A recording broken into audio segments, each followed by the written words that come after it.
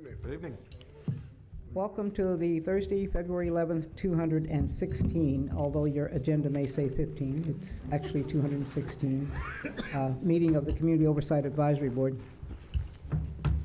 To let you know, Abel Gordley is participating remotely, but will send her votes in to Amy. Dr. Moreland and Dr. I want to say Myron, will be absent tonight, excused absences. They are, Dr. Moreland Kapua is receiving an award tonight at the Oregon Historical Society. Congratulations. So one of the things that's come up, and this is just to mention this, this is not an attempt at resolution, but we have been asked if there is available an audio recording of the settlement agreement. And we are investigating what the possibilities are. It sounds simple, but it's not. So we'll be looking to see what we can or cannot do, or how we might be able to manage all, that kind of a translation from text to audio. So let you know also that the Cocal office will be moving, and we've been living with the Office of Equity down in the Commonwealth Building on Southwest 6th. We will soon be at our new home, which is at 525 Northeast Oregon. Actually, it's right down the street. And we should be in there, we're hoping, by the end of February. Okay.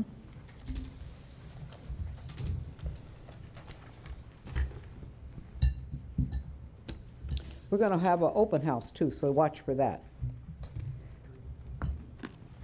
And you are welcome to come to the office and talk to people and see what we're doing. Mandy may have some things to share with us.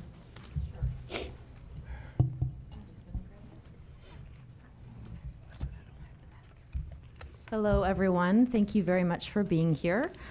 Just a few small announcements, the ones that I typically make. I think you're all probably, well, I shouldn't say that, but if you haven't been here before, our emergency exits are actually pretty clearly marked in here, but if you were to go out either of these doors, there's a back door that will lead us out into, I think, a parking lot, or you can also go straight through this door and to the left, and you'll be able to exit. Restrooms are just immediately down the hall, right off to the left as you exit this room. We do have toys available this evening. Hopefully they'll be occupied by one Mr. Alex, who is here with us tonight, Amy Ruiz's son. And I also wanted to let people know who are watching at home or watching via the live stream, we do have childcare available upon request. We do need 10 days advance notice before any meeting to do it, but you're more than welcome to call me at 503-823-5149, and I'm happy to arrange that for you. And I don't see Brad Taylor here yet. He is our mental health specialist. He might be here tonight, and he is here to support all of us in any kind of needs that we might have or special accommodations. So typically I announce that when Brad is here. And I think that is it for me. Thank you. Okay. So welcome. Glad you're here. I don't know if I should say, I hope you enjoy yourselves, but I do hope that you will find us worth listening to. So one of the first order of businesses this evening is the filling of the vacancy left on the executive committee when Senator Gordley resigned from that committee. She remains a COAB member and remains active on the mental health subcommittee. The original formation of the executive committee, the seat designated, the seat that she vacated is designated for one of the 5 members appointed by the city council. Of the 4 remaining members, Rabbi Kahana is interested in serving on that committee. The other 3 members were polled and chose not to serve. So what we need to hear tonight is, Rabbi Kahana, something from you on why you'd like to serve on that committee, and then we'll take any little discussion and then a vote. I didn't know I was doing that. Surprise. Surprise. Aside from the fact that there doesn't seem to be anyone else, so I was the last choice. No, I'm honored. I think that as an organization, we've spent a lot of time trying to deal with how we organize ourselves and govern ourselves. And the executive committee, I think, has done some excellent work, and I'm very pleased and proud of the work that's been done, and would love to be a part of that. Any questions for Rabbi Kahana? Any comments? Okay. Yeah, I'd say we move to a vote. Is that your motion, Philip? Yes. Going to get a second from V? Okay. I'd like to call the roll, except I don't see it up there, so I guess I better go back here and get this page. On voting for Rabbi Kahana to fill the vacant seat on the COAB Executive Committee. Kahana. No, I mean, abstain. Obviously abstain. Is Siadam here? She is running late. Okay, so is Catherine, incidentally. Bud, Aye. Catherine. Abel. Aye. Jimmy. Aye. Apologize for all the Ime. misery. Laquita. This year's gonna be Aye. better. V. Aye. Rochelle. Aye. Tom. Aye. Philip. Answer is pretty obvious, yes. He's amazing, we need him. All right, then there are no abstentions and no votes. It's a one abstention, and you're unanimously elected to serve on the executive committee. Thank you.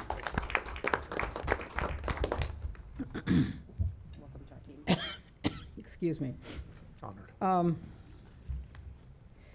So we're going to start out with policy recommendations tonight, the ones from the Use of Force Subcommittee that has worked so hard to generate all of these recommendations. We're going to do as many as we can by 6:45. I'm going to be fairly stringent about time. I'm going to reduce the 3 minutes of public testimony on any particular or specific recommendation down to 2. Okay? And that's all in the interest of time and moving through as many of these recommendations as possible. Did we find the missing sheet of paper? Yeah. Did we find the missing sign-up sheet? Okay.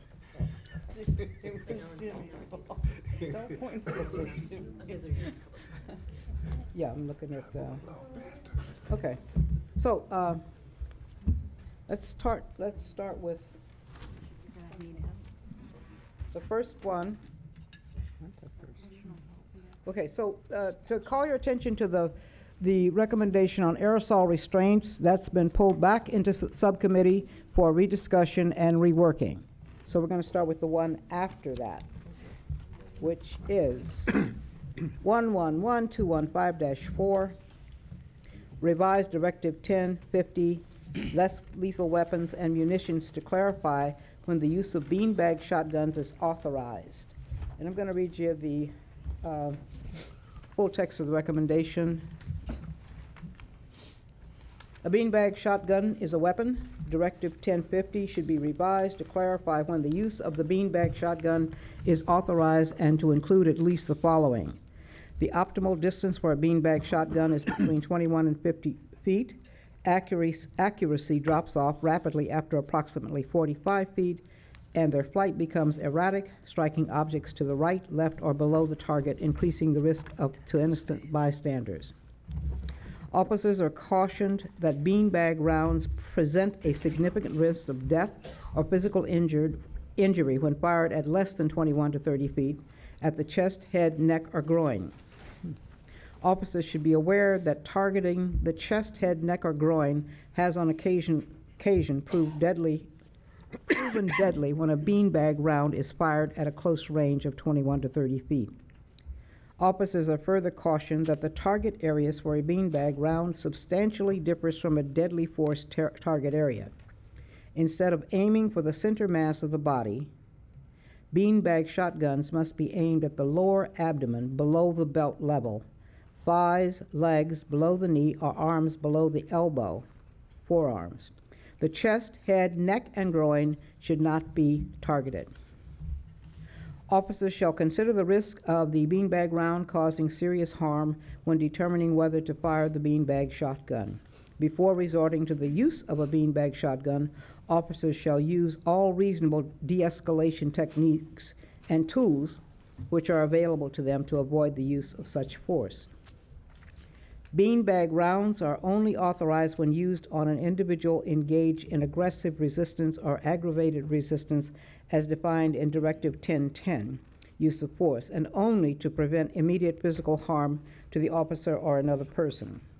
In addition, each firing of a beanbag shotgun must be objectively reasonable, necessary, and proportionate to the threat of resistance encountered as required by Directive 1010. Use of beanbag rounds in the following circumstances is only authorized in situations where there is a risk of death or serious physical injury to the officer or third parties. A, when the suspect is in an elevated position where a fall is likely to cause substantial injury or death. B, when the suspect is in a location where the suspect could drown. C, when the suspect is operating a motor vehicle or motorcycle and the engine is running or is on a bicycle or scooter in motion. D, when an individual is handcuffed or otherwise restrained. E, when an individual is fully contained in a police vehicle. Unless it would present a danger to the officer or others, officers shall issue a verbal warning or attempt to utilize hand signals where there is a language barrier or the subject is hearing impaired. And I think we changed that language last time to deaf. Prior to firing a beanbag shotgun, officers shall give the subject sufficient time to comply with the warning before deploying the taser. Whoop, what happened here? The shotgun. A warning shall be given prior to each beanbag round that is fired. Officers shall not target the chest, head, neck, or groin unless deadly force is justified. Beanbag rounds should not be shot through glass or a chain link fence due to the likelihood of rupturing the beanbags and having the contents injure others.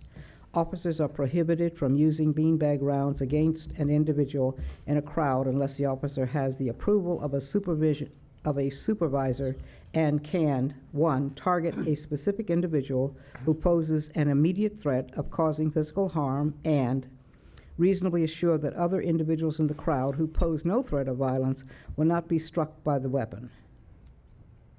Officers shall summon emergency medical services for all subjects who have been struck by a beanbag round. The PPB shall enact a policy which ensures that only less lethal beanbag rounds as opposed to lethal live rounds can be fired from a beanbag shotgun. The PPB shall enact a policy which ensures all shotguns, including beanbag shotguns, are included in a secure manner. Officers shall be certified on the use of beanbag shotguns. Officers shall receive annual beanbag shotgun in-service training, including proficiency and policy changes, if any. In addition to these policy provisions, the subcommittee is concerned about the current use of a shotgun for beanbag rounds that can also be loaded with live rounds. Despite precautions being taken by the PPB to ensure that live rounds are not mistakenly loaded into a shotgun intended for beanbag rounds, that is not enough. The PPB should replace its current beanbag shotguns with shotguns that can only fire beanbag rounds. Tom, did you want to comment on this or have something to say? The recommendation was a product of the subcommittee's work, primarily in this instance taking the DOJ-approved best practices from the Seattle Police Department and also incorporating the 2009 Park Report. The only comment, so to speak, from the police advisors is an assertion that the current policy and related training is consistent with the Seattle policy that this recommendation incorporates. So there's really no opposition. We think it's represents best practices. It's a comprehensive suggestion as to how to rewrite the current policy. I have one person signed up for public comment. That's Dan Handelman. Or does anybody want to ask Tom any questions before we get to Dan? Can I ask? Yes, and then Philip. So, Tom, I'm curious. Under E, it says officers shall summon emergency medical services for all subjects who have been struck by a beanbag round. Now, I just simply don't know, but does that mean, or is there an inference in there about that happening as reasonably as soon as possible?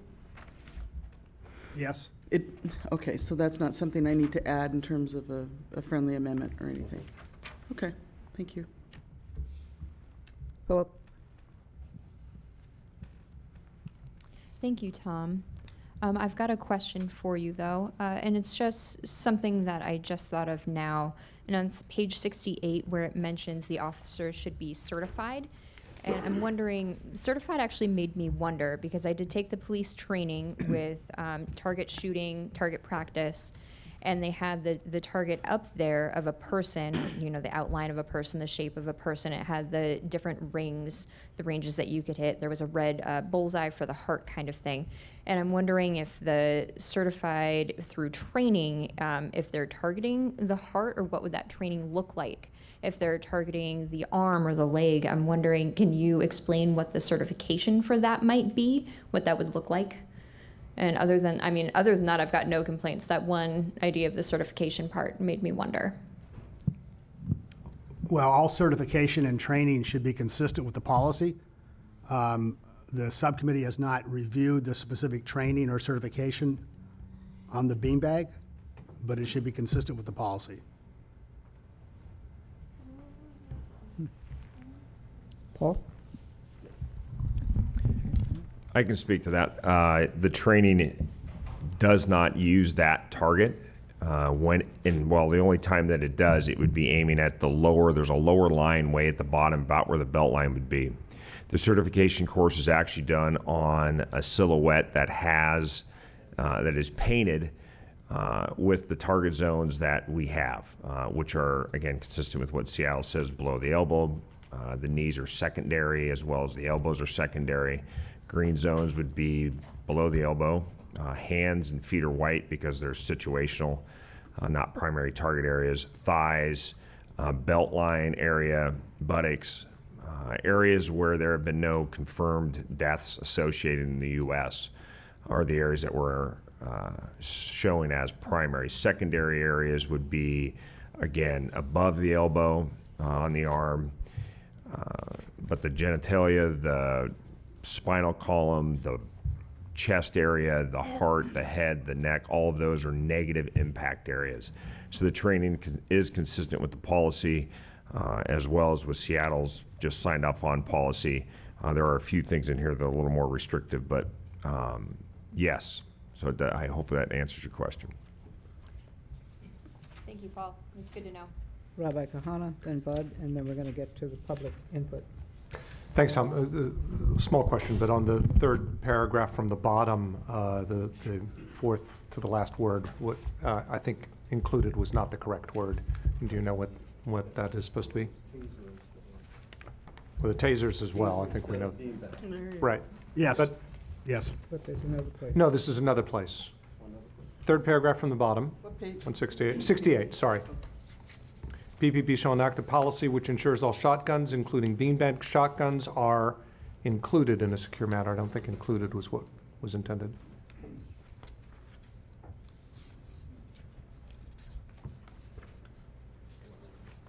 I'm sorry, I'm not finding your reference. Page 68, Third paragraph. third paragraph from the bottom. PPP shall enact a policy which ensures all shotguns. I'm sorry. Yes, Including beanbag shotguns are included in a secure manner. Is included the word you intended, that was intended there? secured. Secured, that's what I would have thought. Thank you. Oh, secured in a secured manner? Probably means stored. Stored? Stored. Whatever. Thanks. But This question is actually probably more for Paul or any other one of the police advisors. So in a number of these recommendations, we often see this con statement that says training already incorporates the change that's being contemplated here. Which, you know, it's great that we're already training to the Seattle standard, but how does that happen? How do we get into a situation where we're training to one thing and yet the documented policies and procedures seem to be out of sync with that? What's going on there? So when we look at the policy, what spot are you talking about that's not consistent when you look at our policy? So, right now, the policy and procedure on the books is not consistent with what Tom is bringing up as far as the Seattle procedure. And yet, in the cons, you're saying, we already trained to this standard. So I'm trying to understand, what is that telling me? Is it telling me that we have a gap between our current training and policy and procedure? Or what is going on there? Why do we find that we're training to one thing and the policy seems to say another? Well, the policy more is an administrative policy. To put the entire lesson plan into the policy, it would be pages and pages and pages and pages long. So the policy, again, it talks about deployment, it talks a little bit about the ammunition, it talks about medical treatment, it talks about verbal warnings. The training now is where we go in and look at what's in the lesson plan and what exactly is being trained. And when you look at the Seattle policy, which again is very short, it's even, I think, probably the same here, and doesn't cover all of these things either. And you look at the training, we're training consistent to what Seattle is saying, as well as almost all of the things that are in here. Again, there are some things that are more restrictive even than in the Seattle policy in here that I think really inhibits what an officer can and can't do and could potentially raise the level of force that's needed. So again, do you put the entire lesson plan in the directives? I mean, I guess that's the talk that has to be had. Or do we have an administrative directive that refers to the use of force policy on how that tool will be used or that weapon will be used? And then the training, we look at that and determine if it's consistent. And it is consistent with the policy as well as Seattle's policy. I don't think that's the question I hear, Paul. So Maybe I what- can help a little bit. There's what's happening with policy in Portland. There's the recommendations. And there's a statement somewhere that says they're essentially happening now. They are essentially the same. But the recommendations aren't the same as what is existing. Now, I don't know, is that what you're saying, Bud? Yes. That's what I'm hearing. The recommendations are made based on existing policy, is what I understand the attempt. Okay, so whatever the policy is, somebody said, we recommend adding this or doing this or changing that. And if in fact those recommendations are already there, I think the question Bud is asking is, how is it they don't show up in the policy so that in reading the policy, you get all that information? So I guess then what would have to, again, it's, oh, Tasha, go on, okay. Let me take a small crack at that. So I don't know specifically about this because I didn't review the old policy, nor did I review the recommendations to see what elements of change there are. But, there are times where the laws change how we can apply things, and we change those immediately. That doesn't mean that the very next day, the brand-new policy comes out changed also. The policy changes take time. And now with the new procedure, which I couldn't even tell you what all the steps are, but those policies get posted. There's 30 days for public comment on them. So changing a policy doesn't happen overnight. But that doesn't mean that training doesn't change very quickly, and it also doesn't mean that what police officers are allowed to do or not allowed to do doesn't change very quickly. So I don't know, that may not answer this particular, because I don't know, but that is a potential. Is that answer your question, Bud? That was the answer I was looking for. Okay. Thank you. We're good. All right, now where are we? I think we have one person signed up to say something about this particular recommendation. Dan Handelman. Good evening, COAB members. Dan Handelman with Portland Cop Watch. These are just kind of comments. If you want to incorporate any of them in with friendly amendments, that's great.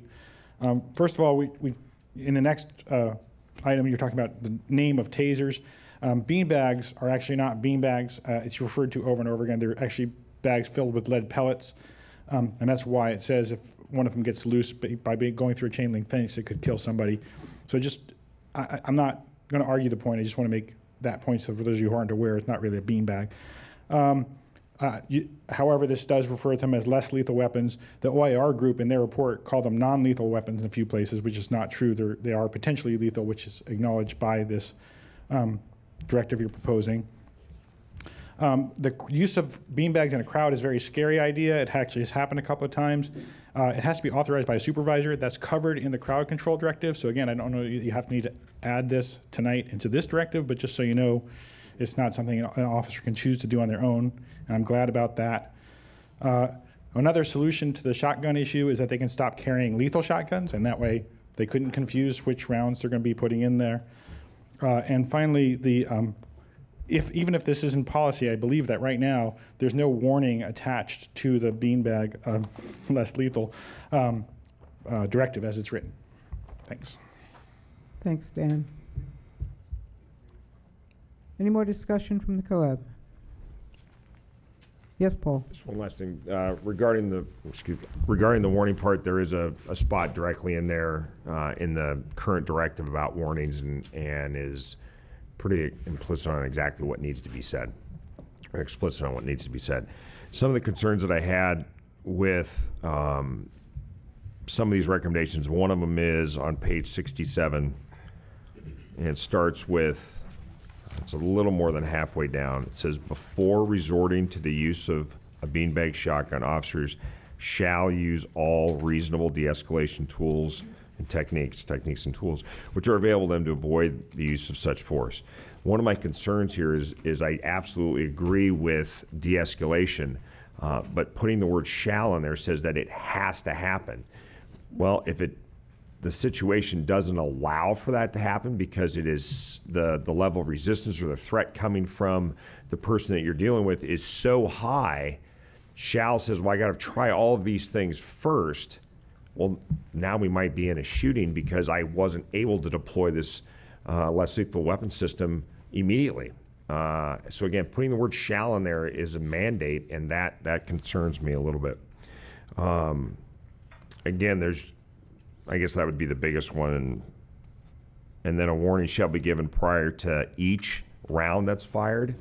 Again, I think that's a little more restrictive than what the Ninth Circuit Court of Appeals says. We are very clear that if feasible, warning has to be given, and we even in the directive say exactly what needs to be said. Trying to take the time in between each round to do that when the person's running at you with a knife and you're doing as many beanbag rounds to stop that from happening, but you have to pause each time to give a warning, I think is only going to raise the risk of a shooting to occur, and we don't want that to happen. The warning, absolutely. That's following the Ninth Circuit Court of Appeals ruling that we're doing that. So, Okay. Tom? The subcommittee has taken this position. I've repeated it, and I'll say it again. We do not feel constrained by whatever the Ninth Circuit or any other court may say. We have made recommendations based upon best practices, in this instance, primarily from Seattle, to have a policy in Portland that serves our community and protects us from excessive uses of force. And if that means giving more warnings, or if that means they shall use de-escalation techniques. The subcommittee believes that that is an important, or a series of important considerations. And we are not, as a subcommittee, being deterred by the suggestion that the law may not allow or require as much. We want people to be protected. That's why this lawsuit was filed, and that's why we're here. Yes. So, and I would say too, because it says officers shall consider, like the fact that shall is next to consider, to me that kind of says like, use your best judgment. Like it's not saying, like it doesn't seem like it should change anything. It's saying like that officers shall consider, and that's what you should be doing anyway, is considering what is the best way to move forward with whatever is happening. And I think when the recommendation is saying to shoot a warning round, I don't think it means like for every shot that you're going to use that you have to shoot a warning round. It means like shooting a warning round to like let them know that this is getting serious. We're gonna have to like, you know, start using bean bags. So I think using a warning round is like, or just making a shot first, I think that shouldn't be too hard to do. I'm going to close discussion and call for the vote. We'd like to, unless there's something really burning that can be resolved here, because it sounds like, to me, like there's some opinions here, but not necessarily any way to resolve this in this setting. We have a resolution on, a recommendation on the table. Can I hear a motion for its, Philip? Bud, seconded. I move to vote. Okay. I'm going to call the roll. And do you understand what the recommendation is? Okay. Rabbi Kahana? Aye. Siadam? Aye. Bud? Aye. Catherine? Aye. Abel? She's an aye. Jimmy? Aye. Ime? Aye. Laquita? Aye. Maria? Okay. V? Abstain. Rochelle? Aye. Tom? Aye. And Philip? Aye. The motion passes with one abstention. The next recommendation is addressing tasers. The brief statement is, rename and revise Directives 1051, Electronic Control Weapon System, to clarify when the use of conducted electrical weapons, tasers, is authorized. See full text of recommendation attached. The full text is, rename and revise Directives 1051, Electronic Control Weapons System, to clarify when the use of conducted electrical weapons is authorized, consistent with the conducted electrical weapons policies of the Seattle Police Department and the New Orleans Police Department. The directive on the use of tasers should be renamed Conducted Electrical Weapons. The revised directive should include most, if not all, of the policy provisions found in New Orleans Police Department Chapter 1.3, Conducted Electrical Weapons, and it is attached to your package. A conducted electrical weapon, or taser, is a weapon. Directive 10051 should be rewritten to clarify when the use of the taser is authorized and include at least the following. A taser in probe deployment is designed to stimulate a portion of the nervous system with sufficient electrical energy to bring about uncontrolled muscle contractions which override an individual's voluntary motor function. Drive stun mode occurs when the taser makes direct contact with the subject's body and does not override an individual's motor response. It is intended to cause significant pain. Use of the taser in probe deployment is preferred in some circumstances over the use in drive stun mode, which can only be used at close range and may cause marks and scarring. Before resorting to the use of a taser, officers shall use all reasonable de-escalation techniques and tools which are available to them to avoid the use of such force. Officers shall use tasers only when such force is necessary to protect the officer, the subject, or another party from physical harm, and other less intrusive means would be ineffective. Tasers are only authorized to control a subject who is engaged in aggressive resistance or aggravated resistance as defined in Directive 1010, use of force, and there is a reasonable expectation that it will be unsafe for officers to approach the subject.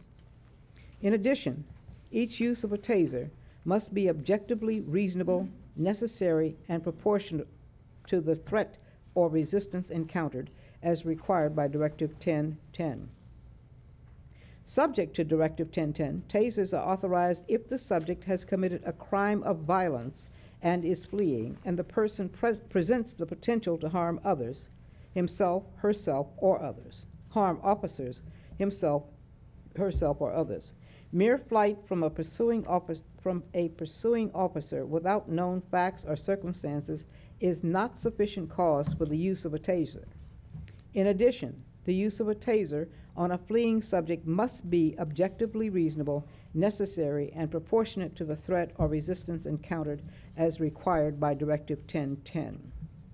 Tasers are not authorized to control a subject who is only passively resistant or actively resistant as defined in Directive 1010. This is quite a bit.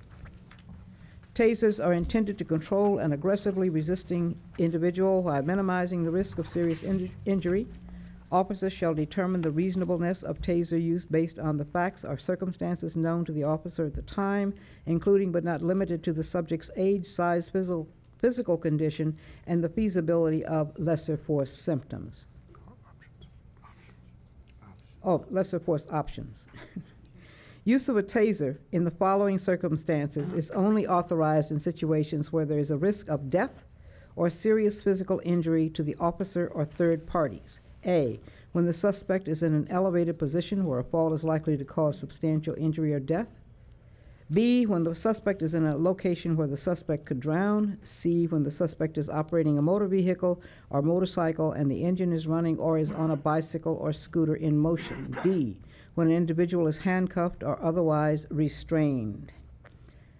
When an individual is fully contained in a police vehicle. There's a footnote for D. There's at least one member of the work group and possibly community members that do not favor the taser being used on someone who is in handcuffs or restrained under any circumstances. The subcommittee expects further discussion on this issue at the meeting. Unless it would present a danger to the officer or others, officers shall issue a verbal warning or attempt to utilize hand signals when there's a language barrier or the subject is deaf prior to deploying a taser.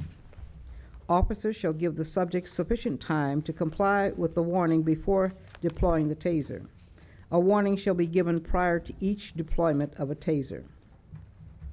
Officers shall not target a subject's head, neck, chest, heart, or genital area. The center mass of the back to the buttocks is a viable target. Officers shall target below the rib cage down to the upper thighs, splitting the belt line if possible. When encountering subjects wearing heavy or loose clothing on the upper body, the legs should be considered as targets.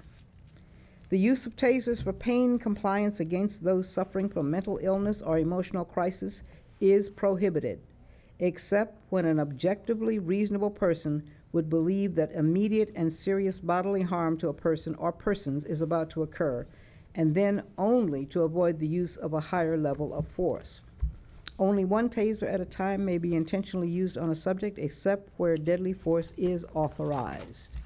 After one standard taser cycle, 5 seconds, the officer shall reassess the situation to determine if subsequent cycles are necessary, including waiting for a reasonable amount of time to allow the subject to comply with the warning.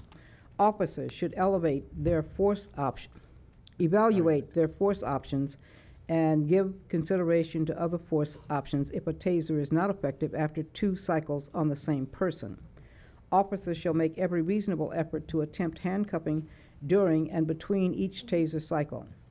Officers should avoid deployments of more than 2 taser cycles unless an objectively reasonable person would believe that immediate and serious bodily harm to a person or persons is about to occur, and then only to avoid the use of a higher level of force. If the taser is not effective after 3 cycles on the same person, it shall not be used again on that person.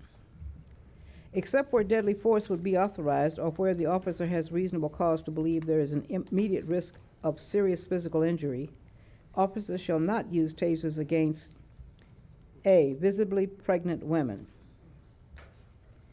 B, elderly persons, C, visibly frail persons, D, young children, E, individuals with obviously low body mass, and, except when deadly force would be authorized, tasers shall not be used when deployment may cause serious physical injury or death from situational hazards. This may include falling, drowning, or losing control of a motor vehicle or igniting a potentially explosive or flammable material or substance. The taser should not be used in an indiscriminate manner in situations involving a large crowd, example, parade assignments or special events. Officers are required to justify each application of a taser and why less intrusive levels of force were ineffective. Close quarters deployment in a range closer than 3 feet may not provide adequate probe spread, the distance between the probes, to allow the taser to function to its full effectiveness and should be avoided. The taser shall not be used to torment, elicit statements from, or to punish any individual. Prior to deploying a taser, an officer shall visually and physically confirm it is in fact a taser and not a firearm. Officers should be cognizant of the risk of positional asphyxia following a taser application and avoid using a restraint technique or position that would impair a subject's respiration, such as the subject being on his or her stomach. Once controlled in police custody, the subject should be continually monitored for any signs of distress. Officers shall summon medical aid whenever a subject has been struck with a taser. Officers shall not remove taser barbs or probes that are embedded in flesh. Only emergency medical response personnel shall remove taser barbs or probes that are embedded in flesh. Officers shall be certified on the use of tasers. Officers shall receive annual taser in-service training, including proficiency and policy changes, if any. Tom, did you have anything you want to say? This is, again, a comprehensive evaluation that the subcommittee conducted.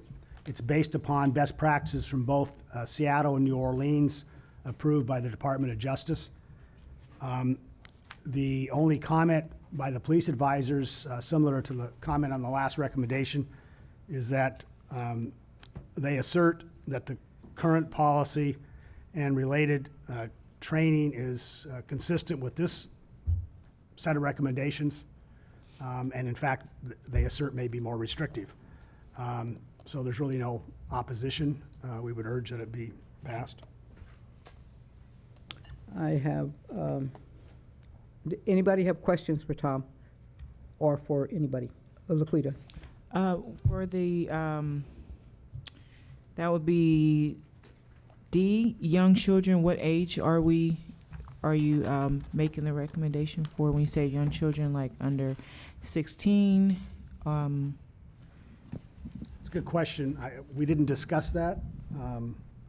I would suspect at least 12 would make sense. I don't know for sure.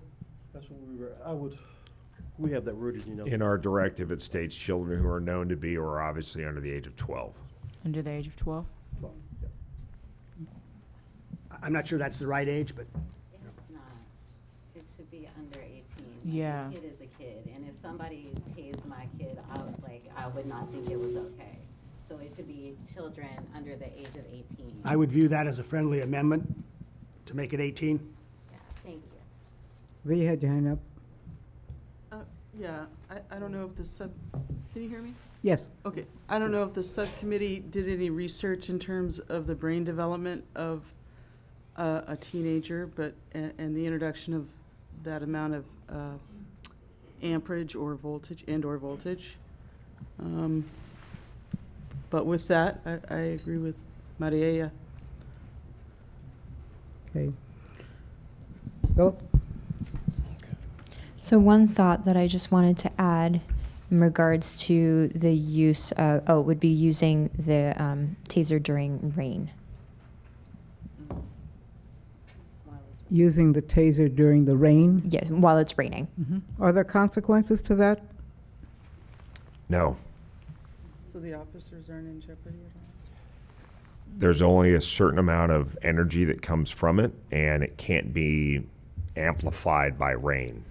Could it potentially carry over? Like, so say I'm standing in a mud puddle or a small amount, maybe it can transfer over, but it's not going to increase the amount of energy that's being conducted. So what if a person is wet and you tase them? Does that not affect the person if they're already wet from the rain? Because they've got water on their skin or right next to their skin on their clothing. Does that have an effect? I'm just wondering. The potential is that it could, so if there's two probes in the skin, the electricity wants to travel the shortest distance. And so it's going to go between the two probes. Now, if you're wet, the potential is that it might spread slightly, I guess, but it's still going to want to create that circuit. So it's not going to find its way all over the place and then back to the other probe. It's going to want to create the circuit so it goes the path of least resistance. So it may allow it to travel a little bit more easily, but it's not going to, again, amplify the energy that's present. Okay, thank you. All right, Ime, Bud, Tom. I just have one question, and I don't know that any of our police supervisors can answer it, but I'm hoping. I'm wondering if there is research on the impact of 3 cycles of a taser on a single human being in a single incident. So the impact of 3 cycles. Of a taser, since that's the maximum in this proposal that you could tase a person, I'm just wondering what the impact of that would be. So where that came from is that's where the medical research is, or the data that was collected was 3 cycles, and they weren't able to get it any farther than that. Again, where we kind of go with it too is that where we go after 2, we're a little more limiting. And if it's not working after 2, one, you have to kind of look at why isn't it working? Is it the fact that one probe's not in the skin or on the clothing and the other one is? Well, yeah, it's a cycle, but it's not doing anything. It's not producing any energy, not giving any electricity towards the person. But if you get 2 probes in and 2 cycles and it's not working, it's time to start thinking about something different. But the 3 cycle thing, that's where the research was done, then it stopped at the 3 cycle mark. So can you just say a little bit more about that? I understand that for the Portland Police, this is actually more cycles than you feel comfortable using, but my question is more about if you're using a taser and it's working, right? And for whatever reason, the decision is made to use it 3 times because within this policy as written, that could happen. What impact physically, mental health wise, would that have on a person? Because I'm thinking about the times where people have been tased to the point where they continue to have tremors or flashbacks or other things, when in fact in those cases they didn't need to be tased that many times. So I'm just trying to understand if this is excessive or if it isn't. Does that make sense? No, absolutely. So the determination of how to get to that many cycles, each cycle has to be reasonable and articulate on why you're giving that cycle. So the threat still has to be there. I think it's active aggression is the term. So that has to still be there. There also, how do we avoid getting to those higher cycles? It's the training and the policy that states that we want to try to do it during cycles. The policy almost kind of contradicts itself as well as the recommendations too, where it says you need to wait and give somebody time to comply in between cycles, but then it also says we want you to try to get them handcuffed during cycles. And the reason for that is that you have control of the person, and then you can get them under control. You can handcuff them, and then it lessens the potential that you have to give more cycles. Now, how somebody reacts from that, it's really kind of truly depends on the person. I don't know how to gauge what the reaction will be to them versus somebody else. versus a third person. It just is going to be different. The goal, obviously, being reduce the amount of cycles as much as we can, get the person in custody as quickly as you can to reduce the amount of force that's being used. Okay, thank you. Maybe with Bud and then Tom? So the original Department of Justice findings and then the settlement agreement raised ECWs as an area of special concern relating to their use with subjects in real or perceived mental health crisis. So my question for you is this: as I look at the existing policy in sections 2.1.4 and 2.2, the existing policy seems to attempt to prohibit the use of ECWs against those in real or perceived mental health crisis. So my question is this: are we saying, because I'm not seeing anything about that in our recommendation, and since that is an area of special focus for us, the question would be, are we saying that we feel what's in the policy today is adequate and needs no further elaboration? Or is that something that we would intend to take up later, either through DSUFCS or MHCRS? I think, Tom, that Tom, would go to you. Sounds like a question for Tom. I don't think the subcommittee specifically discussed that. As with all the recommendations on force, we didn't mean to preclude anything in the existing policies that were good. It might make sense to add that to this recommendation. And if you want to propose some language, that would be a friendly amendment. Thank you, Tom. But yeah, I think actually I will address it later. I think maybe MHCRS should help us out with that. That's but fine. It should come later. Thanks. Ime, Tasha, and then Ime. So I just wanted to bring something up, not really for discussion now, probably in a subcommittee on, and it's just a repeat of the same paragraph that was in the previous policy too, that talks about officers shall use all reasonable de-escalation techniques and tools which are available to them. The de-escalation tool, that needs to be defined. A tool implies something physical, something I've been given to use. And so if you're going to use that term in a policy, I am going to guarantee you an officer is going to ask me, what tool did you give me? And so if you're going to say de-escalation tool, there should be some sort of definition as to what you're referring to. Tom? Well, there's already a fairly comprehensive and elaborate de-escalation policy and a recommendation that we approved, and that references tools of all sorts. Not necessarily physical tools, but words, time, Eye contact. those kinds of things. I want to hear from, Rebecca Hanna. Just curious if we could add techniques, tools and techniques. That's a If that would friendly amendment, address- sure. Now, do we now have two friendly amendments to this? What was the first? Changing the age to below 18. Okay.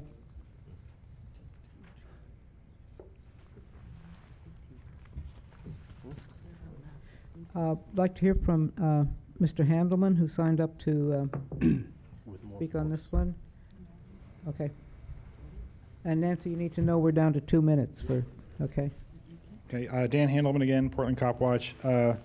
Just glad you have the discussion about the age of the person. There was a very controversial incident with a 12-year-old girl on a TriMet platform in 2009 that caused a lot of concern in the community.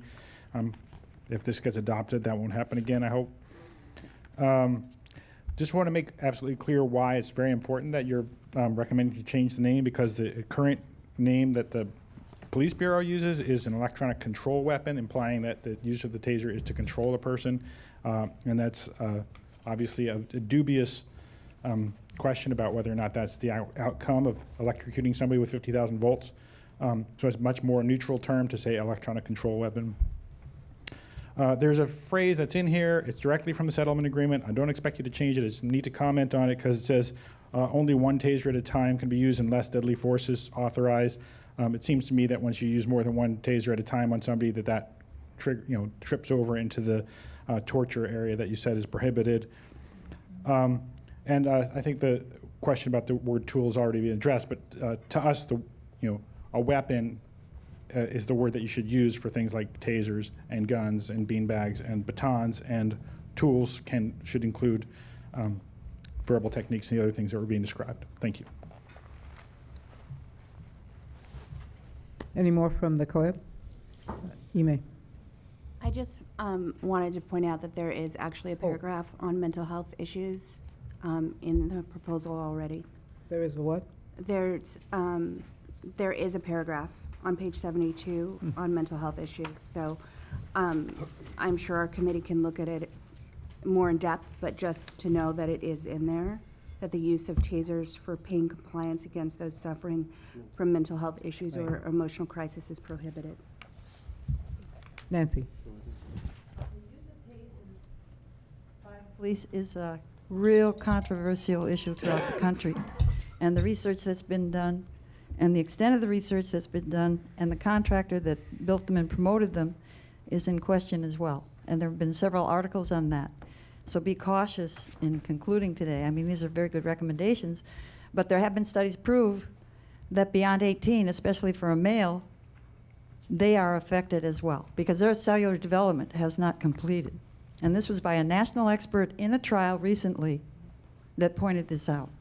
So I think we have to really carefully look at this and possibly bring in a national expert. We can get one easily and get a broader perspective, because I don't believe we should be using tasers. I think it's far too risky to life. How do you determine in a situation emotional stress caused by police officers, just by having the instrument? I mean, that wording in there is kind of subjective and uncertain. And I think it could be really tuned up a little better. And maybe that'll just require another set. I don't know how you do that, but I don't think it's satisfactory. Thanks, Nancy. I'm going to hear from Jakari and from Vince, and then I'm going to call the vote. Okay, Jakari. I didn't know who all's actually been tased ever before in the room. When people are speaking. You have? I have. So we got a lot of people speaking about tasers, but they've never actually experienced it. I have. It sucks. It's 5 seconds of just suck. So after the 5 seconds, I can move. Haven't been impacted or anything like that. I would much rather get tased than get punched or kicked or hit with a baton or shot with a beanbag, because that then is going to be a whole nother set of things. Taser, it locks you up, and basically it tires you out. It's just constricts your muscles, and then after that 5 seconds, I was done. I was a trainee, and I was ready to go home. I wanted to go home and go to bed. Yeah, it wore me out. So if I was thinking if I had been fighting with somebody and then I got tased, and after that 5 seconds, I didn't have the strength to keep on fighting.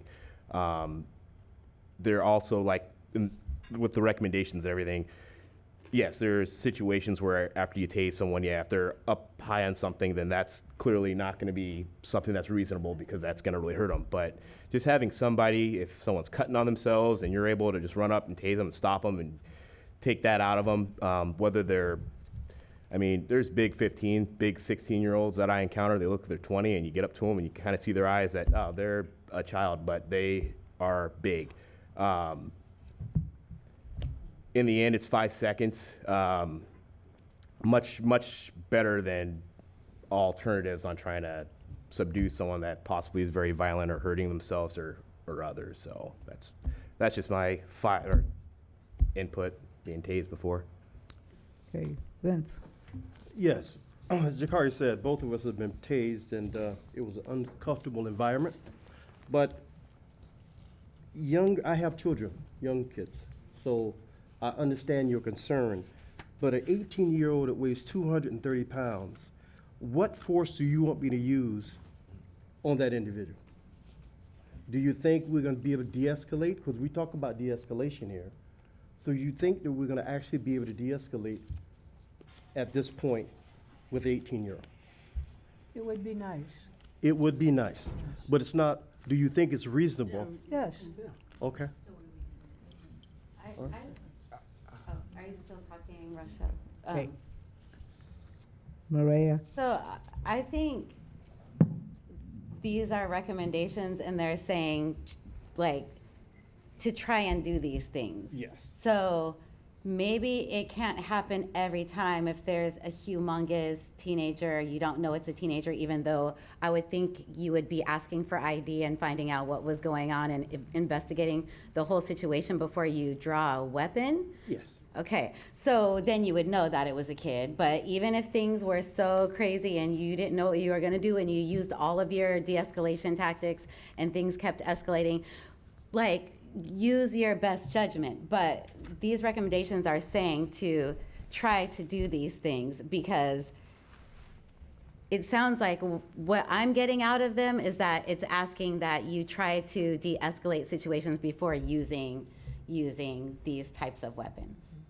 And especially on a child. Well, of course. And this, like, me reading over this is very disturbing, even to read about, like, things being inside of people's skin and, like, electrocuted. And, like, one of my good friends, and I know this is opinion, but one of my good friends was tased and went into a seizure and got really sick. And the police thought that she was just having a fit and she wanted to fight because she was trying to like open herself up because she couldn't breathe and she was having a seizure, and they thought she was trying to fight them, so they continued to do things to her. And it was a woman as well with male officers. So these recommendations to me sound like they should be reasonable. People should, or officers should want to de-escalate as much as they can and using their tool techniques, and the things that they can do to not have to pull these weapons. And if you have to, you have to. So, I know that you have a job to do, but it's just saying, like, just try really hard to do something else first. Thank Okay, you. I'd like to call for the vote. Can I get a motion on this proposal? Or the friendly amendment, which? There were two friendly amendments, and my assumption is they're included in the proposal. One is that the age be 18. That is, no one below 18 should be tased, if they can figure that out. The other was to add the word techniques to the word tools, so that we're talking both about those things that are hardware and those things that are software. Or questions? So just to understand, Kathleen, we have to vote on the proposal in total with those friendly amendments, not on the friendly amendments individually, and then the proposal. Unless you want to call it. Unless you want to call for that, you can. But since they were friendly amendments and they were accepted by the chair, my assumption is we didn't need to do all that. V? He has a question. I don't know, thank you. I don't know if this is an appropriate time for me to ask, but somebody just made the distinction about de-escalation tools and techniques, differentiating between the both of them. One being tools would be hardware. Tools would, the issue that Lieutenant Hager raised was, if you said to an officer, I have given you these tools, the officer would say, what was the tool that you gave me, and expected something more concrete than verbal. Techniques can be how to use it, or how to use yourself, or how to use words, or approaches to things. And so the amendment was to add the word techniques so that it encompassed both possibilities. Okay, I was just curious. I didn't know that there were de-escalation hard tools. Yeah, that's what Okay? Okay, Yeah, that's what she said. I understand what you're saying. thank you. No, I think they get it. Thanks. See, Adam? It may already be kind of assumed, but I just wanted to offer the language regarding children, young children who are perceived to be under the age of 18. That's great. That's a friendly amendment. And then I'd like to move to accept To accept the proposal? Yes. Okay. Is there a second to the motion? Second. Unless somebody wants to if somebody wants to call to split off the friendly amendments and vote on those separately, please do that. You got a second over here from Jimmy. I'm sorry? Second. Okay. Are you okay, Bud? I'm a little confused, but I'll try it. I'll call for the vote on the friendly amendment on the 18-year-old thing. Okay. There's a question on the, I'm sorry, I messed this up. Let me help you out here. The amendment has already been agreed upon within the proposal, so That's we right. agree with that agreement. We can vote on that proposal because the amendment's already within it. That's my understanding. If it's built in. That was what I understood, that it was all one package now. And are you objecting to one of the amendments? Myself, I can't vote for this proposal as long as it includes the 18-year-old language. I'd like to vote for the proposal, but I can't do it with that language in there.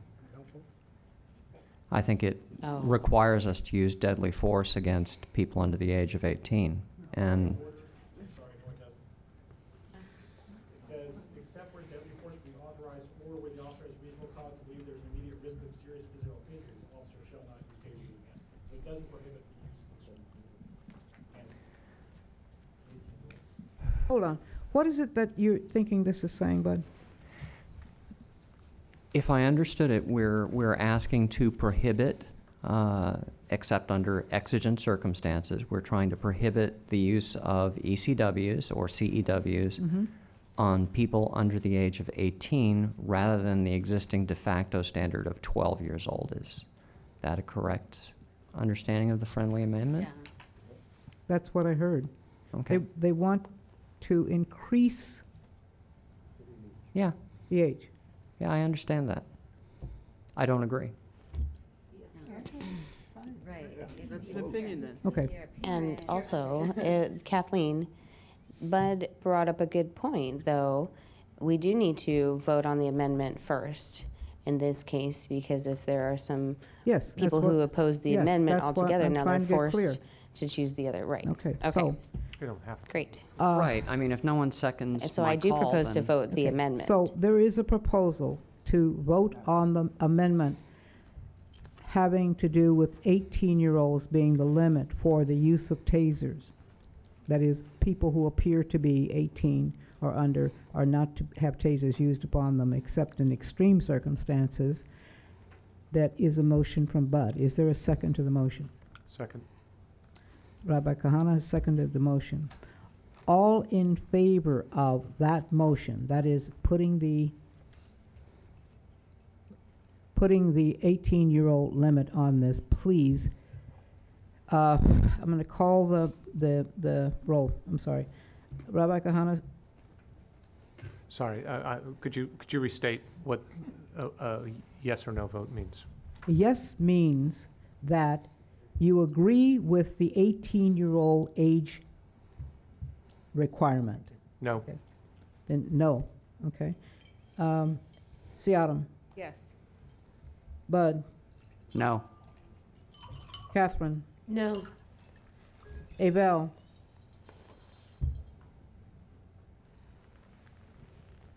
Jimmy, Aye. Ime, Abstain. Laquita, Abstain. Maria, Yes.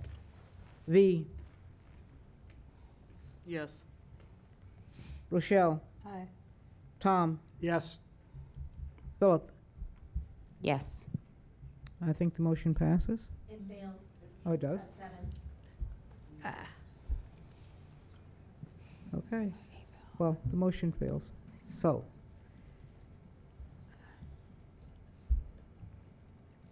we don't have the 18-year-old limit in here. So we're back to the 12, as I understand it. Well, there's no definition currently. It says young children. Okay, but Paul read something that said something about 12-year-olds. That was straight out of our directive. Okay, that was the first friendly amendment. Does somebody need to, or it's now unfriendly, I guess, somebody need to vote on the second friendly amendment that has to do with the addition of the word techniques to the word tools? in terms of de-escalation. Can we incorporate that into the recommendation, the overall recommendation? Could I get a motion for that? I think we had a motion earlier. Ime, yes? It's already in there.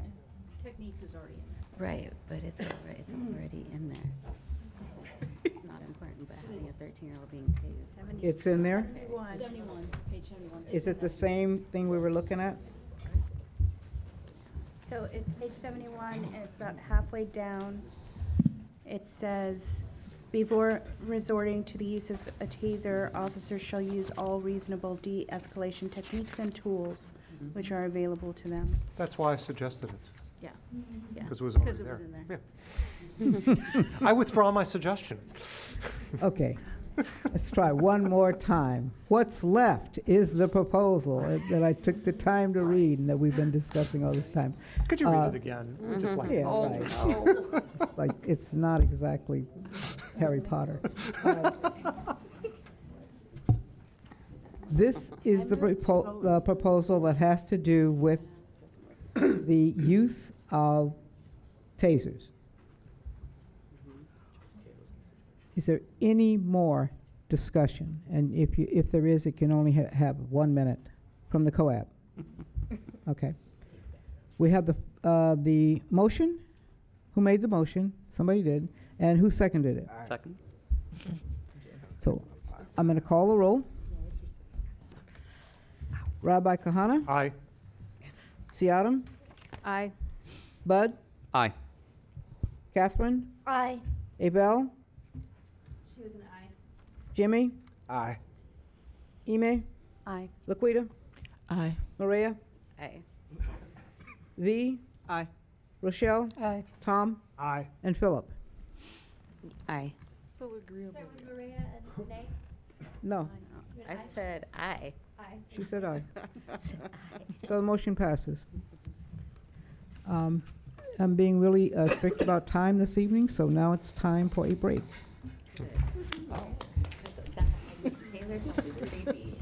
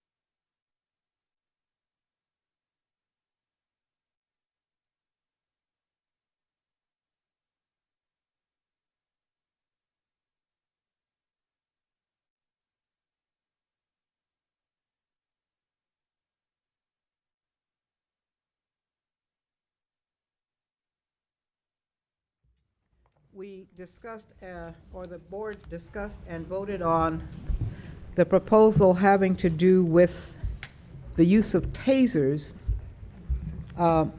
We've had a change in the outcome of the vote because Senator Gordley's vote had not been registered at the time. So Amy, why don't you talk about that?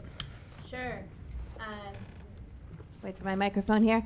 So the live stream that Senator Gordley is viewing at home is on a slight delay from what happens in the room. We have an allowance in our teleparticipation policy that if a member's vote is critical to the outcome, we do wait 3 minutes to hear that. And within those 3 minutes, I did hear from Senator Gordley, and she was a yes on that amendment. So the amendment does pass with 8 votes, which means we should re-vote on the final amended motion. Okay. Or we should ask if there is a desire for a revote on the final. That's the option here. So, did you understand what's happened? All right. So the friendly amendment is now really a friendly amendment and attached to the proposal. Okay. When you voted before, the proposal passed. The question now is whether you want to vote on the proposal again, and it sounds like maybe there are some people who may want to do that, given that the amendment passed. So I would need a motion to proceed. I make a motion to proceed. Okay. Second. A second from Philip. Okay. Where we are right now is we're re-voting on the proposal related to tasers that now incorporates the friendly amendment that sets the age at 18 years for use of a taser. It's been moved and seconded. I will call the roll. Rabbi Kahana had to leave.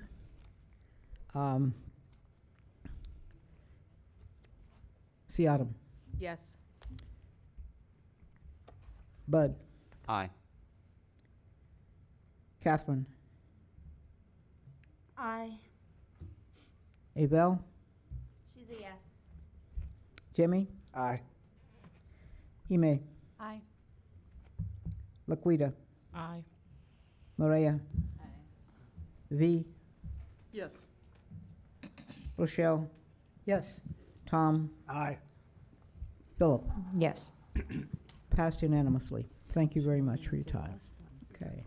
So the second part of our meeting tonight is going to be, we have Amy Watson here from Chicago, and she's going to talk to us about stigma and other related topics. And I'm just going to let you introduce yourself, Amy, and talk a little bit about yourself, and then just tell us what you want us to know. Okay. Thank you. Oh, I'm sorry. I promised Philip 30 seconds before we got into this part. It's Philip. okay, and please excuse me. I just wanted to do a quick announcement before you took the floor, so if you don't mind. I just wanted to clarify for the public record and set the record straight, because at the last meeting, somebody had mentioned that Amanda Fritz had called the police when a person who was experiencing mental crisis. And I did a little bit of investigating on that, and it wasn't true. Amanda didn't call the police. She tried to interact with the person. So I wanted to clarify that story out of respect, and I just wanted to let you know. And thank you all, and Amy, back to you. All right. Thank you, Philip. Thank you, Philip.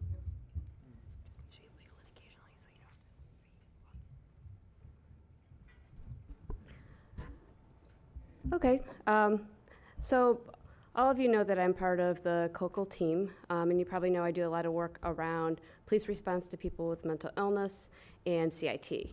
What you may not know is that I've also spent a lot of time doing work related to stigma and mental illness. In fact, my dissertation was on public attitudes towards persons with mental illness.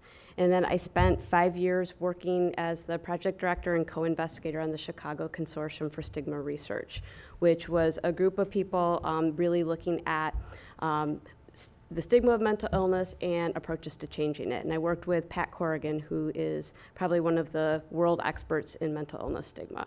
So I'm not doing as much stigma work now in terms of research, but I still kind of keep my hand in there. So I thought I'd come and talk a little bit to the COAB and meeting attendees about mental illness stigma, and this is kind of part one. I believe at, is it the March meeting? February 25th, you're also going to have a panel of people talking about stigma as well from their personal experiences. So what I'm going to do tonight is just kind of talk a little bit about what stigma is, what we know about its impacts on people with mental illness, and what we know about changing it. And then at the end, if people have any questions, but then I move to just kind of an update of what the COCL team is doing in terms of some of the mental health components of the settlement agreement. So if people have questions about that as well, okay? So I'm going to start out with a definition of stigma. And this is a definition I really like. It comes from Bruce Link and Joe Phelan at Columbia University. They're sociologists, and most of their work is on the stigma of mental illness, but this is a broader definition of stigma. And really, it's a process where people distinguish and label differences. So they notice that someone has a different trait or characteristic, and they associate negative stereotypes with that difference. And because of that, they sort of separate us from them. So they look at people with whatever that trait, label, or characteristic as sort of different. And along with that comes status loss and discrimination. All right, so, and that's a really important part of the process. And the way Bruce Link talks about this is we all know negative stereotypes about lawyers. Okay, people make lawyer jokes. But when you become a lawyer, you don't lose status and aren't really subject to social discrimination, okay? So that's where the difference comes in, is that you have sort of this labeled difference. All the lawyers. Yeah, we have a lot of lawyers in the house, but, you know. But it doesn't. I mean, most, you get your mother calling up and say, yeah, my son became a lawyer. That's a pride thing, even though there are stereotypes. So that's really the key piece. It's got this power thing where people sort of lose status in the community, and oftentimes there's barriers to many opportunities that they might have if they didn't have that label or that stigma attached. And one of the things when I worked with the Stigma Consortium is we were contacted by some groups that didn't want us to use the word stigma, because sort of the original definitions of stigma are a mark on a person. And so they thought that meant that the word implies there's something actually wrong with the person. And I'm going to use the word stigma tonight just for clarity, but also I see it as it's a mark on the person as seen by others, or the stigmatizer. So it's not necessarily owned by the person, but it's applied to that person. So that's sort of how I'm thinking about it. All right. So thinking about sort of that definition, and then we want to think about how does stigma operate in social situations. And so it starts out with people having these negative stereotypes about a group. For mental illness, there's a number of stereotypes that attach. And you end up with prejudice when someone sort of agrees with that belief and has a negative emotional reaction. So it could be anger, it could be fear, it could be disgust. And that leads to a behavior that would be discrimination. So it could be social avoidance, failure to provide opportunities, coercive or restrictive policies, dehumanizing language. There's just a whole array of different layers and domains where people may experience stigma. Because stigma can be direct in interpersonal interactions, but it could also be more general, could be more institutional and structural. So people may be impacted by discriminatory policies, where it's not the person who's actually implementing the policy may not hold that much stigma. But there's these structural things that also impact people with mental illness. And the other thing I want to say is, I'm talking about mental illness stigma, but understanding that many people, stigma can occur at the intersection of many different identities. So people may be experiencing stigma and various isms at the same time, and that can impact sort of their ability to shield themselves as well. But for simplicity, I'm focusing on mental illness stigma tonight.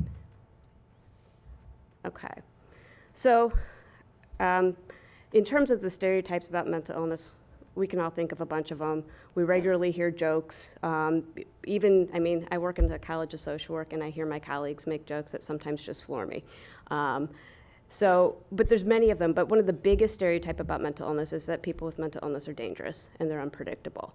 And if you look at the data, basically there's a very, very small increase of risk of violence among a subgroup of people during a particular symptomatic period. So if you took a group of people with, even if you're talking about people that are experiencing psychosis, the risk of violence is not anywhere near, increased anywhere near as much as people perceive it to be. Most people with schizophrenia are not violent. Most people with other mental illnesses are not violent. And I think because we're exposed to, generally when we hear about somebody with schizophrenia, it's in conjunction with a media account that might be assuming the connection. But really, there's many people with schizophrenia. Most people with schizophrenia are not out there doing anything violent. They're living their lives the best they can, like everybody else. And I thought about bringing, I have an 8-minute video that I'll ask to put on the COAB website that it's Jeff Swanson from Duke University that posted a YouTube video after, I think it was the Navy Yard shooting, that really kind of goes through the numbers, looking at violence and what we mean by violence, who's perpetrating violence, and then looking at the connection with mental illness. And I think it does a really good job in a very sort of straightforward way. So hopefully we can put that on the COAB website. Other stereotypes could be that people are incompetent. Maybe, you know, they wouldn't be able to do the job. They might not be able to finish school. There's this belief that we have that maybe someone with a mental illness might not be as able to do the things that other people are doing. And again, we know that's not true either. People may experience significant disability at different periods of their illness, but that's not necessarily reflective of what their general ability is. Stereotypes that people may be to blame for their illness. How did they let this happen? Why can't they just pull themselves up by their bootstraps? That people with mental illness may not be as intelligent. They may be childlike. Also, another stereotype, or another, actually this was a clinician's illusion that carried through for a long time, is particularly people with psychotic disorders would have a relentless deteriorating course until they died. That used to be the belief of what the course of schizophrenia was. Until someone finally did some studies where they followed people for 30 years, and they realized that most people were able to manage and recover all or most of their functioning in the community. People still had periods of illness, but they didn't just get worse, worse, and worse until they die. And it wasn't until we actually had that 30-year data that people would really sit up and listen. And part of it is because clinicians see people when they're sick. When they get better, they go away. So they don't actually realize that what they're seeing isn't necessarily the whole universe of what people are experiencing. So we have better data on that now too. So that's, I mean, I'm sure you can think of other types of stereotypes people may have, and you know, certainly they're around us in movies, in media, in advertising, in news stories. And it has a lot of impacts on people. Certainly it can impact people's, you know, ability to, or their opportunities to participate in processes in decision making about their own lives, but also in civic participation. So if people discount their voice because they have a mental illness, and certainly, you know, I've seen people roll eyes sometimes about something like, oh, maybe this person doesn't really know what they're talking about. And I think that really is tied to stigma. Certainly people may have periods where they need assistance of other people in managing parts of their life when they're particularly ill, but that doesn't mean that they're not able to really participate in decisions at other times. People experience discrimination in housing. If you ever try to cite a group home for people with serious mental illness in the middle of a affluent suburb, you'll hear a lot about stigma. People are worried. That happened when I was writing my dissertation on mental illness stigma. Where I lived, they were going to put a group home in the county health department, and I had neighbors knocking on my door with petitions saying we don't want sex offenders in our neighborhood. And I was like, so people have very skewed understandings of what that means, and that really impacts a lot of things. It could impact me individually going to rent an apartment, or it could be where services can be cited for people. So people end up sometimes in the worst neighborhoods with the least opportunities to do the things they need to do really to get their life back. So it sort of has this compounding effect. There's certainly discrimination in education and employment. Many people I've talked to faculty where I work that are sure that there's no students at our college with serious mental illness. I know they're wrong. We've had people go through our program and graduate and make fabulous contributions to the field. People experience stigma in medical services, in the criminal justice system, also just socially. If other people know someone has a mental illness, they may avoid them.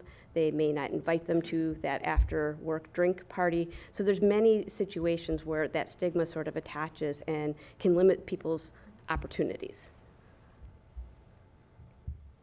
And I decided tonight not to do a big list of studies and stats and stuff because I figured it's late, people are probably tired. But there's a lot of literature on this. Can you include that in the PowerPoint, so if we wanted to look at it on the website? I could put some resources on the website, That'd be certainly. cool. I mean, there's a number of good, relatively brief compilations. Thanks. So people may experience stigma in their day-to-day lives, but they also their lives can be limited by anticipated or experienced stigma. So I may worry that if I go and try to do this, I'm going to run into stigma, and maybe I might start avoiding and limiting my network a little bit to avoid really negative interactions with people. Or I might not tell people that, maybe I was out last week because I was really not doing well, and so then I cut off the ability to get support from other people because I'm worried what they'll think if I tell them why. But certainly people anticipate and experience stigma, and that creates a tremendous barrier to service access and utilization. Maybe someone doesn't want to become labeled as having a mental illness or being a service user, so they may avoid services until things get really bad. They also may limit the social settings they put themselves in, so they don't have to explain anything. They may choose not to pursue going to college. Certainly I've heard people being told, maybe you should lower your expectations a little bit, and they may decide at certain points in their life that they're not willing to take on the challenge of having to fight the stigma along with trying to pursue the goals that they have. People become very demoralized. There's a lot of literature on self-stigma as well, which really talks about how most people are diagnosed with a mental illness, late teens, early adulthood. So you live quite some time knowing what everybody thinks about what it means to have a mental illness. And you may believe those things because we live in a culture that promotes those images, and then suddenly it's true about you. So people can really have a lot of difficulty incorporating that into their identity, particularly if they buy into some of the false and negative stereotypes about what that means. Suddenly, does this mean I'm that way? So it can have a really, even if someone's not facing blatant stigma everywhere they go, they can really internalize it, and that can be really difficult for people to get through. And we're starting to see some interventions to help people with that too, but the problem really comes down to is that the problem with stigma is not theirs, it's a larger social problem. Okay? All right. Something that I like to point out when I talk about this, Pat Corrigan did a survey of people about places where they've experienced stigma and contexts where they've experienced stigma. And in the particular study that he did, one of the things that came up is 25% of the respondents indicated they had experienced significant stigma from clinicians. So mental health providers are certainly people that promote and perpetrate stigma. Not all of them. There's some very respectful, recovery-oriented services, but certainly there are times when it is very stigmatizing. The same percentage indicated that they experienced stigma from police officers.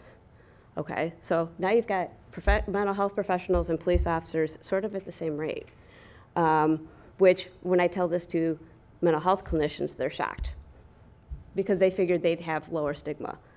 They'd be doing it less than police officers because we should know better, but we don't necessarily. And many people who are acting in a way that people experience as stigmatizing might not even be fully aware that they're stigmatizing because clinicians live in the same society, police officers live in the same society, they're surrounded by the same images, so certainly they could have the same negative stereotypes about mental illness. But I do think it's interesting that we saw that at the same rate of people reporting that, okay? So I actually have a study where we polled social work faculty on their attitudes about mental illness, just to kind of look at that to start moving forward, what we can do there because I teach social work students that are going to go out and work with people. We're the largest professional group providing services to people with mental illness, yet we ourselves carry quite a bit of stigma with us. So I think that's important to address.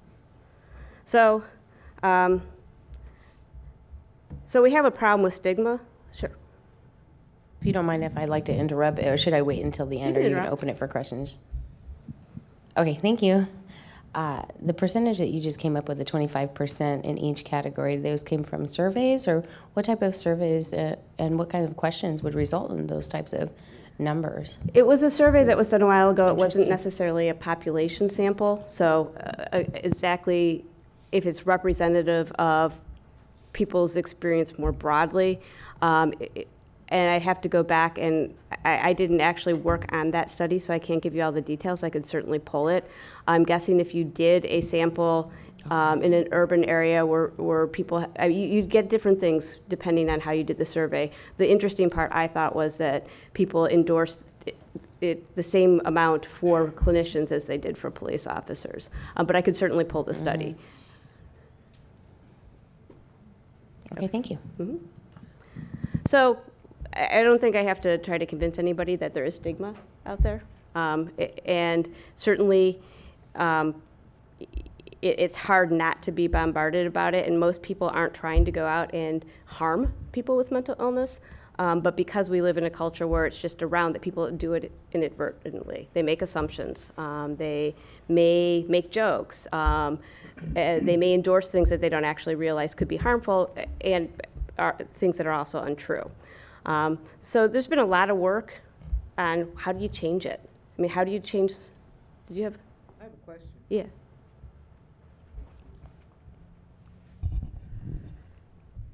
If I'm a black person who's in a mental health crisis, can I distinguish between stigma and prejudice or bias and bigotry? Are those all sort of the same thing with different facets? Or are they, I mean, so I walk around and I feel stigmatized, and I think I feel it because I'm black a lot, but is there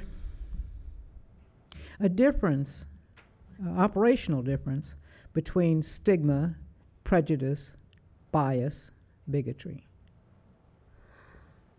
Are they all related in some way? I think they're related, and I mean, I don't know if someone has, if you're at the intersection of several different types, I don't know that you can always tease out what's operating where. I mean, there certainly is evidence that if your stigma attaches more strongly to African Americans with mental illness than if you're white. Being certainly people that have, who are in the public mental health system have less shield from stigma. And of course that's tied to income, poverty, and resources. So many things compound, particularly for people in the public mental health system. And I mean, I've shared a little bit about this. I identify as a person with lived experience of mental illness, but I've always had the privilege of private services, so I've never been outed unless I outed myself. If you're getting public mental health services, there's many more situations where you're outed. And so it's harder to shield yourself. It's, I have less explaining to do. And that's not because of who I am as a person, it's who I was born as. Okay, thank you. I guess I can use this one. When you talk about self-stigma, is that, I guess, similar to what the question that Kathleen is asking, is that similar to similar to how stereotype threat operates? To some extent, I think so. And one of the things that's different about the experience of mental illness stigma than perhaps racism is that if you're African American, chances are you grew up in an African American home where you may have learned, you may be facing more barriers, but you also may have learned coping skills to shield yourself. I'm not saying that mental illness stigma is worse, but I'm not trying to say that, but there's a little bit different in terms of what you're raised and what skills you're raised to. For people who are diagnosed with a mental illness, maybe they have family that is very able to incorporate that and be supportive, but they may not have those same tools. They also may have the ability, though, to pass.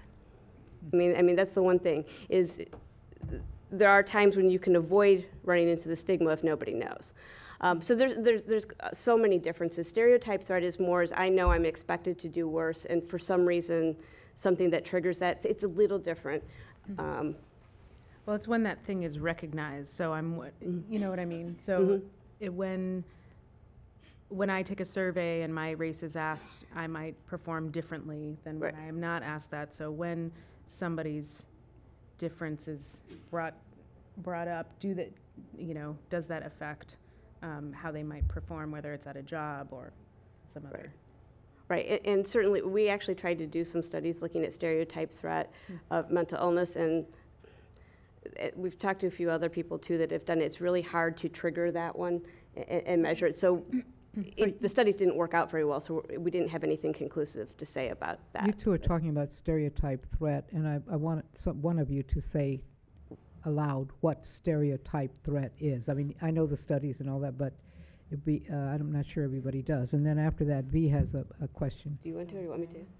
I think you just Okay. defined it, actually. You just have to restate. Right, it's basically the idea that if you're part of a group there's a stereotype that they won't perform as well in a certain task, and that attribute is triggered right before you have to perform the test, so you won't do as well. So if there's a stereotype that women do poorly on math tests, and so then you ask that question at the top of the test, then that should have an impact on their performance. So you would do the study where you'd only ask half the women that question at the top of the test, and the women that weren't asked, if stereotype threat is active there, if they weren't asked, they should do better than the women that were. And they can do that with race as well. So different attributes that have stereotypes attached to them if they're triggered. Okay, and we had a hand from V and from Ime. Yeah, so I'm glad you're giving this presentation. I'm wondering, I was listening to a couple of people just said what y'all were saying about stereotype threat. I'm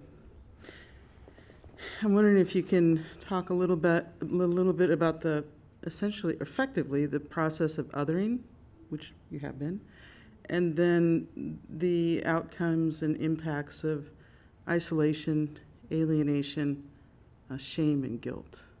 I mean, in like a minute. I'm just kidding. We do that regularly when we talk about people with mental illness as the mentally ill. It's that group that I'm not part of, which we could all be part of it at some point in our life. We have family members, so we other people in various ways, and it really makes it then that it's a little bit easier to dehumanize them and treat them more coercively, or to create barriers to their pursuit opportunities. So I mean that's a big issue. And actually on the other one of my last slides, I spend a lot of time talking to people about person-first language. So I do a lot of writing, and I write with other people who, I keep track changings through the mentally ill, particularly when I write with people from criminal justice. They just can't get it through their head. And I actually did something at University of Chicago, and their media person wrote a little story about it. He sent it to me, and I went through track changes and changed all of it, and I sent him a little explanation. And 2 weeks later, he sent me a article about a study that was just published in January, where they asked people, it was a community sample, clinicians, and students to answer a survey about attitudes about people with mental illness. Only they varied whether the question said people with mental illness or the mentally ill. When they said the mentally ill, the people endorsed more negative attitudes. So just that slight difference in language, the othering effect showed up in their study. So it just underlines the importance that how we talk about people sort of shapes how we think about them. And it seems minor. And one thing that really drives it home to me, my daughter has type 1 diabetes, and I went to something at her school when she was in 5th grade, and another parent came up to me and was like, oh, your kid's the diabetic. And I'm just like, she's my daughter, she's a kid. And it's the same thing. But we do it all the time where people talk about, the schizophrenic man. Well, it's a man who maybe has schizophrenia and lives with schizophrenia, and it really does matter. It really does. I spend a lot of time on my students' papers, and they try, and it's hard to shift how we talk. But it makes it really does make a difference. Okay, what was the other part of your question? I think that's good. Okay. Yeah, you got email down here. I just wanted to talk a little bit about intersectionality, right? So Kathleen's question was about racism or oppression based on other identities versus stigma. And I think what would be interesting to me is to look at that study that you're talking about where 25% of clinicians are seen as stereotyping their clients, which I don't doubt is probably underestimated. Yeah. But to look at that based on the intersections, because what we know is that people of color with mental health issues they are less likely to return to services, they have less access to multiple kinds of services, which you talked about a little bit. Their experience of stigma while seeking mental health services is often experienced through that lens of the intersection. And so there are studies on that. One of the most comprehensive people working in the field, as far as I'm concerned, is Alegria, and I can get you the first name, but Maria.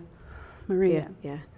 And there's a study that she presented here in Portland about how people, Asian Americans, African Americans, and Latinos each experience that first clinical encounter and what is necessary to feel like they're not being receiving disparate treatment. And so the way that they experience that disparate treatment may be interpreted as racism, it may be interpreted as mental health stigma. And so for me, that 25% then, my question becomes, how much of that is, is teased out? Like how much, when people say clinicians are not serving them, right, or making them feel stigmatized, how much of that is actually other oppression showing up in the room, not to distract from how much is actually mental health stigma all by itself, right, but rather to understand that those things compound in ways that make lots of people of color avoid services altogether. And that we actually need to think about that because here at the COAB, we've had lots of conversations and there's been lots of community conversations in the beginning about why we are talking so much about race as if race is separate from mental health issues. But people of color have mental health issues, and people of color who experience mental health issues have specific barriers to service. And that is very important for our work. So I don't know if you can get the oppressions part of that 25%. I think that was very beautifully put. And, on the mental health provider side, I've talked to so many people that have gone for services and they've just been so turned off.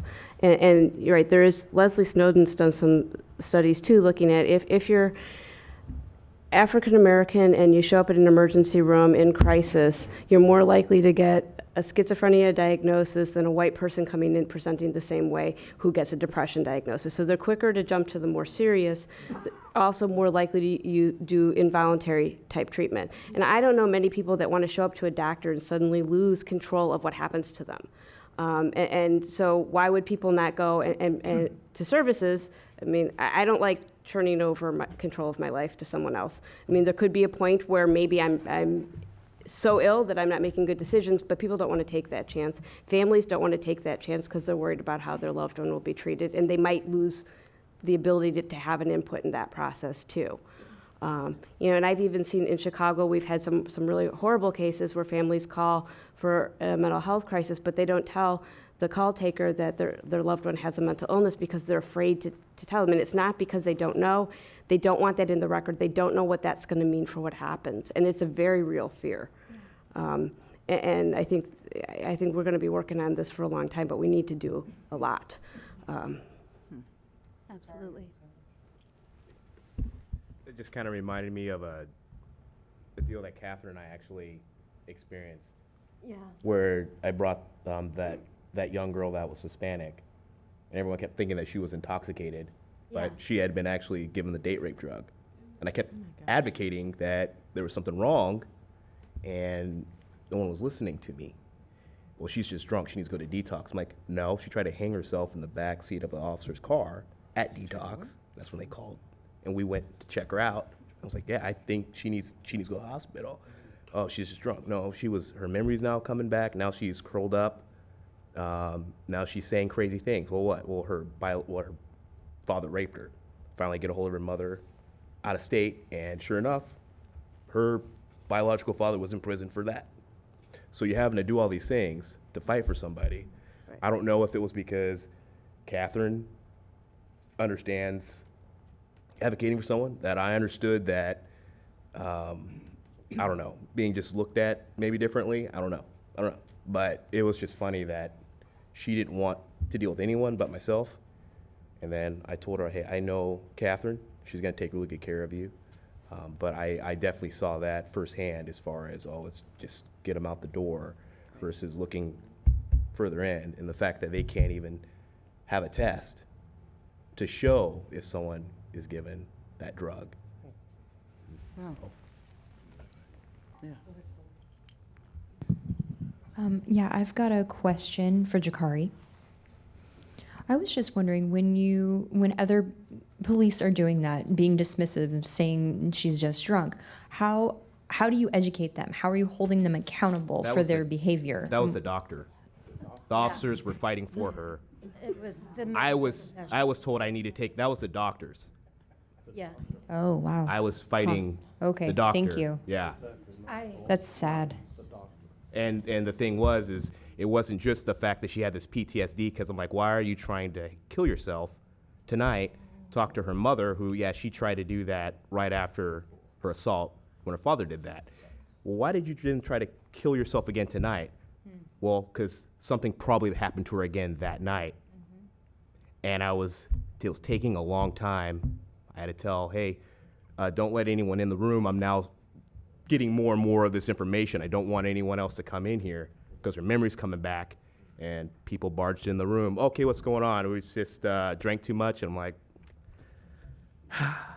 so it's frustrating. Like I said, I think that there's definitely something to the element that you are saying tonight.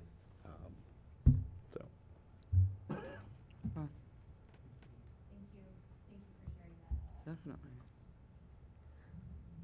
So I'm going to move on and talk a little bit about what we know about what shows some promise for changing stigma.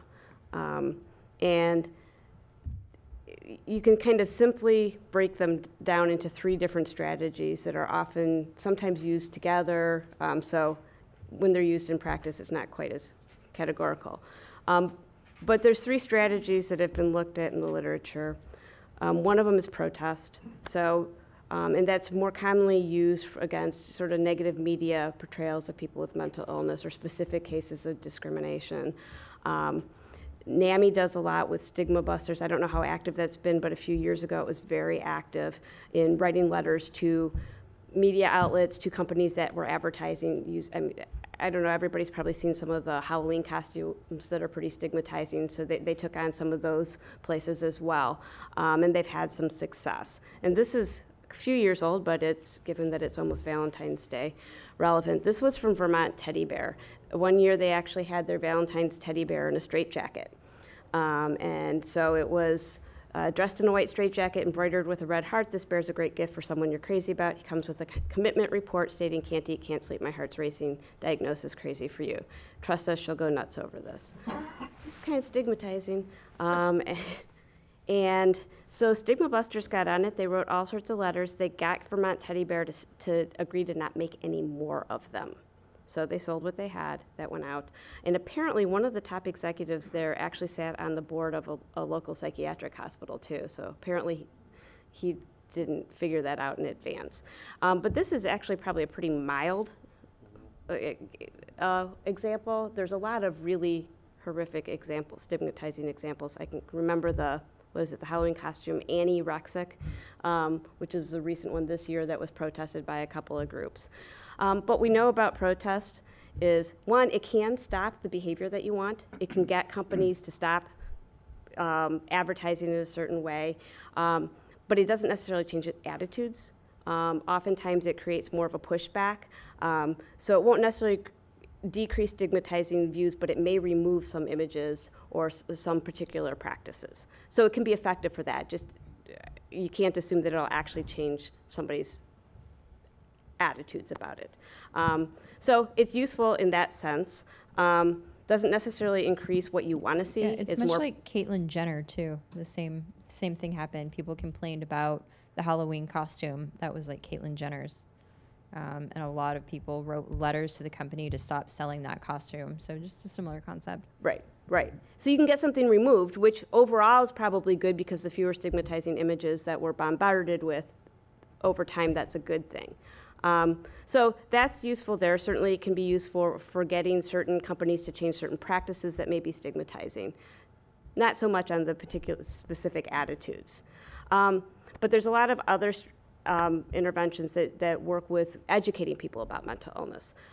So where you go out and you provide information about what mental illness is, different mental illnesses, maybe a myths and facts type of presentation, talking about treatment. And what we know about education is it does tend to improve people's knowledge about mental illness, and it could improve their health literacy, but the impact of education alone doesn't necessarily have a lasting impact on attitudes. Okay, so short term, we've done some studies where we randomized people to different sort of presentations, and the one that was just education, they showed reductions in stigmatizing attitudes right after they participated, but you go a week, 2 weeks, 3 weeks out, they sort of go back to their baseline. So it's not as durable. Although improving mental health literacy is a worthy goal in itself, it's not necessarily going to hit all of the attitudes. It is easy to disseminate, though. You can do videos, you can write articles, you can do that type of thing, so it's easy to get out there.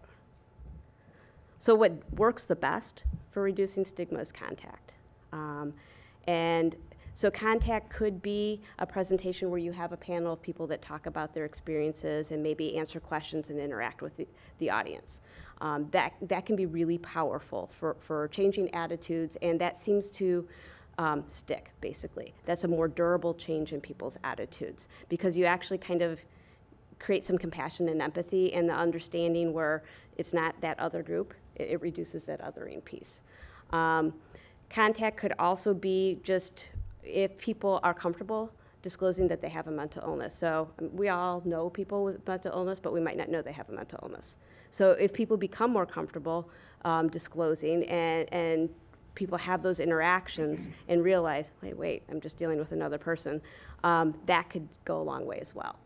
The downside of that is that there are risks for people disclosing in work situations, in school situations, in various social situations. So a blanket recommendation that everybody just indiscriminately disclose probably wouldn't make sense because there's negative impacts for people.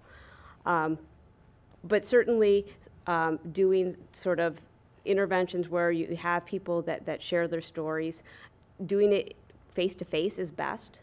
We've done some studies where we've compared that with video contact, where you provide a video of people talking about sort of what their experience is. Video works, it's just not quite as strong an effect as having real live in-person interactions with people. Written accounts can also have an impact. The real difficulty with it is that it's harder to disseminate widely. It's hard to get a panel We've talked about this actually in Chicago, where they're going to be running 11,000 officers through a mental health training. And we really wanted to have a contact piece of it. But that would be, I think they're going to run like 4 months, all 3 watches, 6 days a week. You need a panel that could do each one of those. It's not possible. It's just not going to happen. So we have to figure out some other ways of getting a piece of that into the training that they get. So they'll probably do something with videos. And if well done, it can have some of the effect, not all of the effect, that interactions with live people would have. So that can be difficult to disseminate. NAMI has a program that does this, so there are organizations that have structured programs to provide contact. NAMI has In Our Own Voice. They also do speakers bureaus, and there's other organizations that do this as well. Pat Corrigan, who I still do a little bit of work with, has a new program called Honest, Open, and Proud. And what it's designed to do is to help people with mental illness make decisions about disclosure. So it's not necessarily a training on how to disclose, but it's to make decisions, so if people choose to disclose, kind of helping them figure out how to do that, with the hopes that as more people become comfortable doing that, that will have an impact over time. But people really do struggle with who do they share things with, and what the impact may be. So really, contact is the way to go. I was at a meeting with the Stigma Consortium that we had the editor of Psychiatric Services at the meeting, Howard Goldman, and he talked about, well, we should just have a Blue Hat Day where everybody that has a mental illness or has ever received mental health services wears a blue hat. And it was really funny because everybody looked around the room like, you first. But if we could do something like that so that people would realize that, it's not as scary as people think it is. It can certainly have a significant impact and create barriers for people that they struggle with, but it's not as scary, and it's actually more normal, whatever that means. It's more common. Many people struggle with mental illnesses of various types. And even, schizophrenia is a lower frequency than other things, but I know many people with schizophrenia that work, have families, have good lives, but you don't hear those stories. You don't hear about that. And if we get to a point where people do feel more comfortable, then people will know that. But right now, most people don't know that. So I think that's kind of the place to work, and I think your part 2 next week will actually be that, a panel of people sharing their own stories. And I think that's really, I think that'll be even more interesting because people's stories are more interesting than a bunch of PowerPoint slides. I don't know if people have any questions. Oh, I have a couple more slides, but if you have questions, you can go ahead. Hi. I'm sorry, it wasn't a public comment. I just wanted to add something. So I'm a peer. And Hi, Ann. Hi. And I've invited Tasha Hager to come to what's called Peertopolis. There's about 300 peers that get together annually. And so we put a workshop proposal together to talk about, I've been volunteering with the police for 10 years, and Tasha's come in, Lieutenant Hager's come in later. So we've got to know each other, work together, and do some really good work together. So I made a proposal, and it was rejected, actually, by the peers. So what we're doing is actually we're going to have a special evening. So instead of a workshop, we're going to do an evening. So it goes both ways. Mm-hmm. And it's about learning to all work together. I'm really happy you're coming, and we're going to do a great job.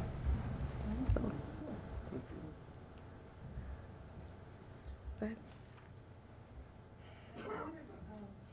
If domestic violence is considered a form of mental illness, in the police department, how important police has developed the skills for some cities have to address that issue and to open it up to full discussion rather than it not being talked about.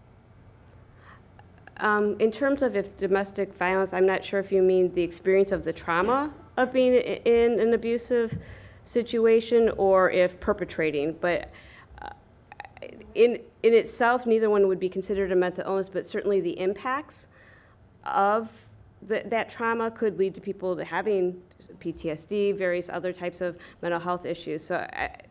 But domestic violence in itself is not considered, and I can't really speak to the police bureaus. If it's a culture problem within the police department, then you would think that there would be a question as to whether that officer can act in their own capacity as on the streets of Portland.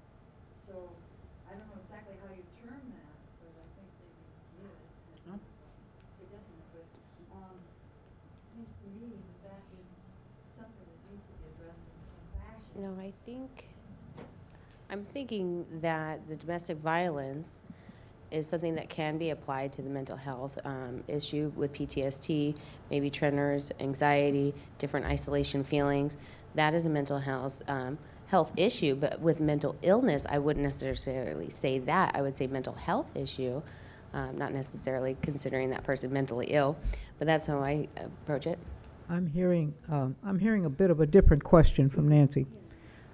It seems that what she's asking, and if I'm wrong, Nancy, you'll tell me, I'm sure, is what are the consequences of an officer engaged in domestic violence? What are the consequences to that officer? Is that what you're asking? Yeah. And how does that get managed within the police bureau? Is that what you're asking? Okay. You want me to answer? Kathleen, I can take that. The process is quite simple. If we found that officers involved, or any member of the organization in the bureaus as a whole, are involved in domestic violence, there's an investigation and there's discipline up to termination. So that's very cut and dry. There's not a lot of speculation on that piece. I had another hand over here. Ime? I just wanted to make the distinction between people who are abusing their partner and people who are being abused by their partner, right? Yeah. So what I hear is the policy for people who are abusing their partner is that there's a process that's very cut and dry, that it can lead to termination. I'm wondering if Nancy's question is more about the impact of having police officers that have trauma out on the street. And I would argue that there are all kinds of traumas that police officers are experiencing by nature of their jobs, right? That there are things that they witness, there are things that decisions they have to make, et cetera, that could create trauma and trauma experiences. And I think that is something that we need to talk about, and how to support the mental health needs of police officers, which ultimately supports the mental health needs of the community. But I think those are two different things, right? And I think there is a lot of movement now in looking at how we can support police officers. The International Association of Chiefs of Police is starting to look at it too.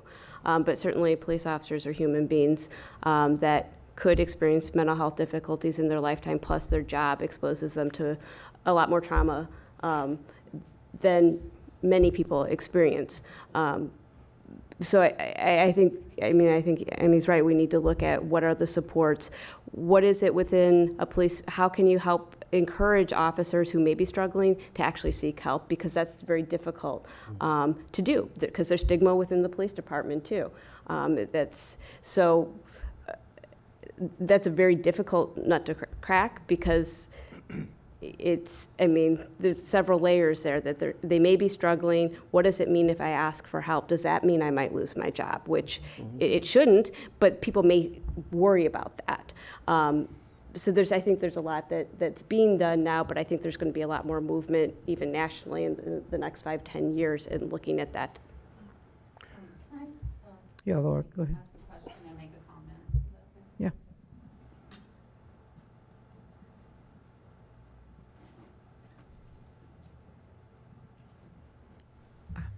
Yeah, I just want to make a comment and also ask a question about the stigma of mental health illness. At a recent trial that I was at, there was an Officer Baldwin. He had arrested a woman that he testified to, saying that he believed that she had a mental illness because she was asserting her Fifth Amendment rights loudly. And based on his hunch and his experience and the totality of his experience, he put her in handcuffs, because he said that he believed she had a mental illness, and people in that area on 82nd and Foster tend to have mental illness. He testified to saying that. So I think that ends up causing a lot of anxiety with the public when you have the police officers under the directives of a hunch and a ruse.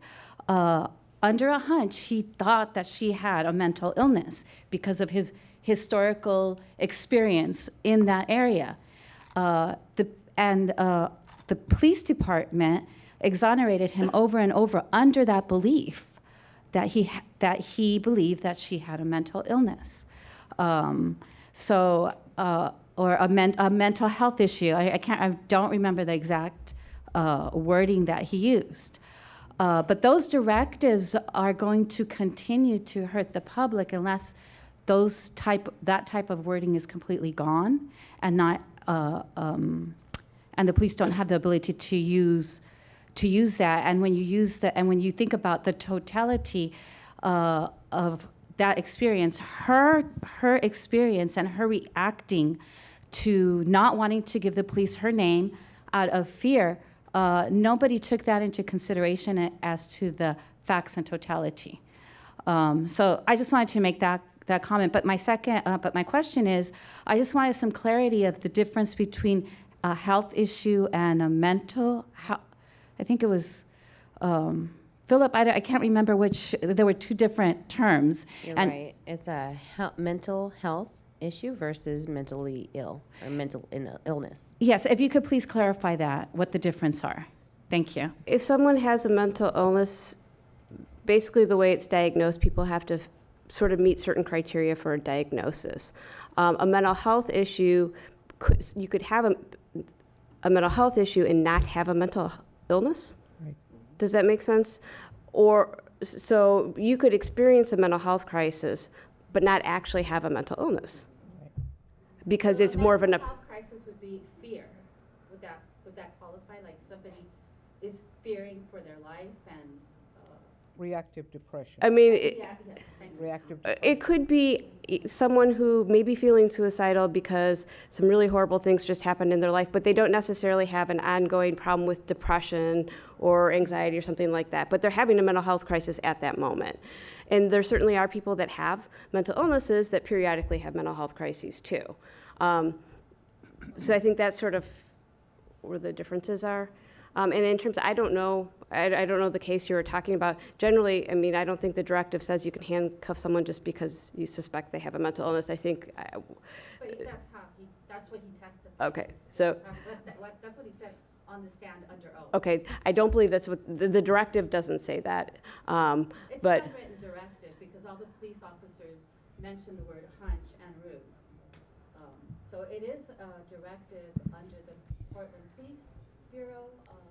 Because Okay. it just seemed like every single officer understood that word. Okay. This feels like last week's or the last meeting's conversation. I've got some more hands. And it leads to police brutality.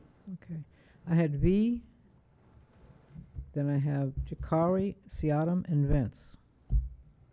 And who?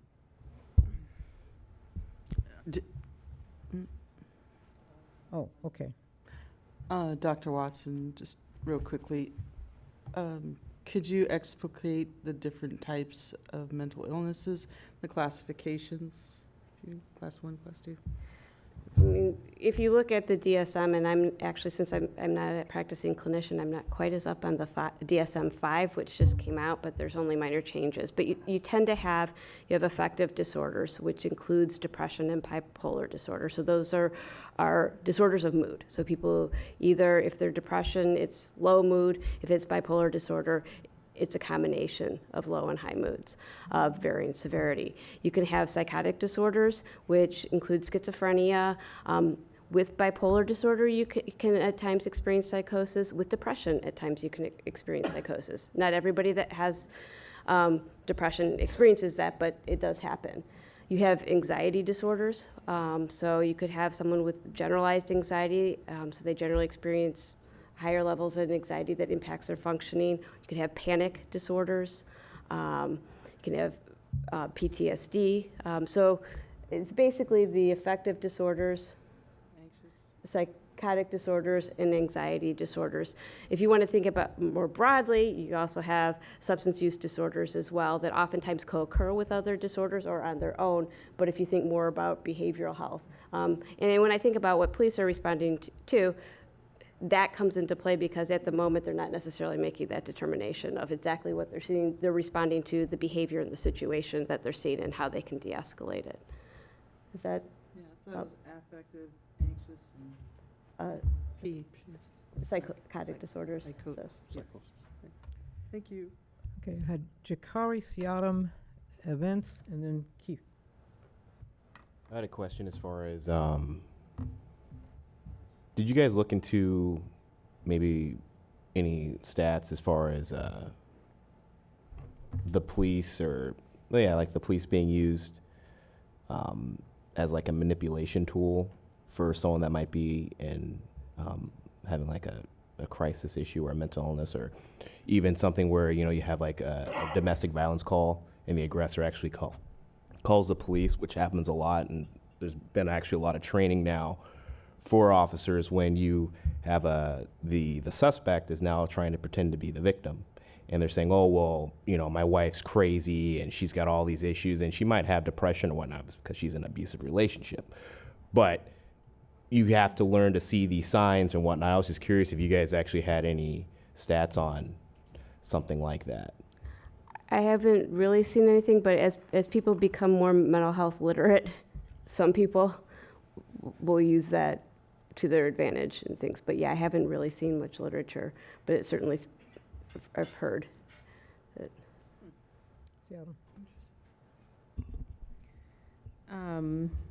So I scribbled some notes, so I think bear with me. And this is more of a, I guess, a comment for the whole COAB and less a question. Or I guess a challenge for us. So we've talked a lot about intersectionality, and we know that our society is conditioned to assume and reinforce whiteness, straightness, and the lack of mental illness as a norm, and normalize that. And I guess as we continue to approach and respond to these issues that we're charged to take on, that we keep in perspective that if we approach this from a singular identity perspective, that we're also reinforcing this normativity and not actually serving all folks who experience mental health crisis. So I just want to continue to reinforce, to deliver that message in as many ways as I can over and over again. Because I think, I feel that as a sense of, some of the questions that we've had. I know there's not enough research about this. We're continually always going to be more statistically insignificant, and that's because so just to think about that as a complicating but also something that we need to continually address as we move forward in this work. Vince. I want to, in response to Dr. Watson's comments about police departments, are you aware that the Portland Police Bureau has an EAP assistance, employee assistance program that assists officers that have been through traumatic situations? Mm-hmm. You are? Okay. Yeah, and I mean, I think most departments too, the hard part is getting office, at least, and I haven't looked at this closely in Portland at all, but in other places, it's hard to get officers sometimes to take that first step. Right. I mean, certainly there's some incidents where there's some required appointments protocol. after that. Correct. Right. Oftentimes, if someone's experienced a traumatic event, though, it might be 3, 6, 9 months out where they start experiencing sort of their reaction to it. And that's when it's really hard to get people to self-identify and say, help. Even putting the best programs, it's still a challenge. You're the expert. I've been a policeman in police and law enforcement for 26 years, and I think the only other senior person in this room is Captain Marshman. Early in our careers, and I would like for you to make comments, Captain, yes, I think that was the prototype. That's how we were treated. Okay. You had to get through this. Okay. I don't feel that Jakari's era at all feels that way. Okay. They feel that when they need help, they need to get help. and we really good thing, encourage that yeah. they get help. And that's why we have those programs in place. But if you want to get us more help, please do. Thank you. Okay, you had a comment you wanted?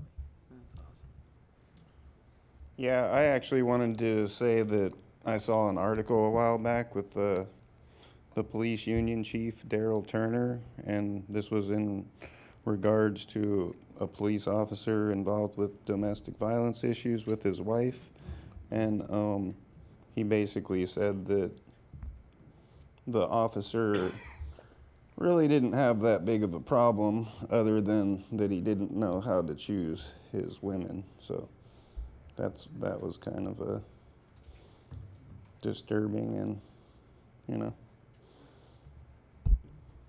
and I'm kind of wondering what the domestic violence rates are amongst the police in Portland, because I know overall nationally the rates are a lot higher amongst police officers. Okay. It's hard thank you. to measure. I was kind of wondering too, isn't there a public commentary? If I get to it, yeah. Because that's pretty much gotta- the reason I came. I'll give you a few minutes, in a few minutes. Vince? Not if I don't do what I'm doing. Vince? Oh, to your comment, sir, yes, that comment was made by Darrell Turner. He's the president of the union. He's not the police chief. And that was his own comments. That does not mean that myself, Jakari, Tasha, Captain Marshman, Paul Meyer agree with that. Well, I understand you're different people, but, you know, it still is pretty disturbing when you have a... Your comment was generalization, so I just want to make sure All we're right, clear on hold it. it. Thank The you. point here being that, and the point that I think Vince is trying to make is, the person that you quoted has no responsibility for setting policy At all. in terms of the police functions. He expressed an opinion. He expressed an opinion. He has a lot to do with negotiating a contract, which affects policy. I will agree. At this point, there's no resolution to this conversation, so I'm going to end it. I'm going to start trying to wrap this part up so that there is enough time for some public comment. And like to know, Amy, if there's more that you'd like for people to know, or anybody else on the COAB has a question. V. I'd just like to thank Dr. Watson for sharing your expertise and your inputs and answering all the questions so forthrightly and fully. I really do appreciate your work. Okay. I'm sorry that this waited till the end, but I am going to open it up for public comment. I'm going to keep you down to 2 minutes. Go ahead. Well, I wanted to go back to what Keith said. The union represents the police union represents every police officer out there. So if the president of the union is saying something that's bad, derogatory, or whatever, he's representing every police officer out there. And that's what I wanted to bring up. Okay.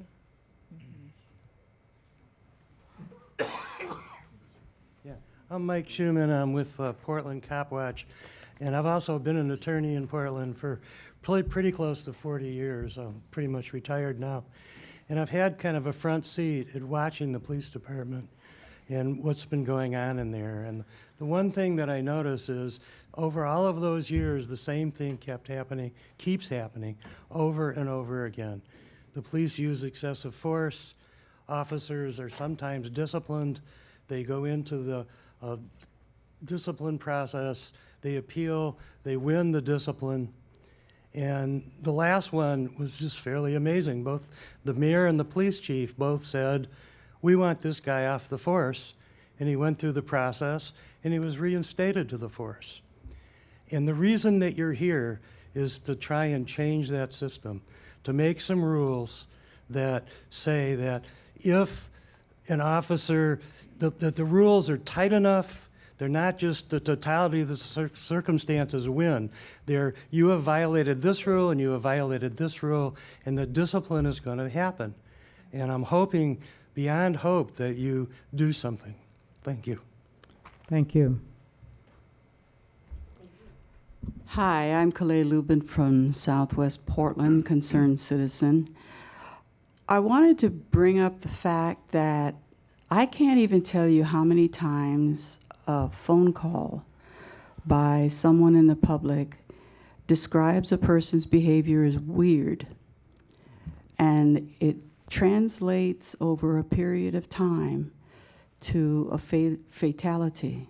The police are called because someone is weird, and the public is afraid of that weird person, that weirdness, and the consequences of stigma can be so devastating to our society that I would really like to thank you, Amy, for calling this to our attention and giving me the opportunity to say, I am so sorry that our community is so afraid of weirdness that we end up calling the police and end up with another fatality.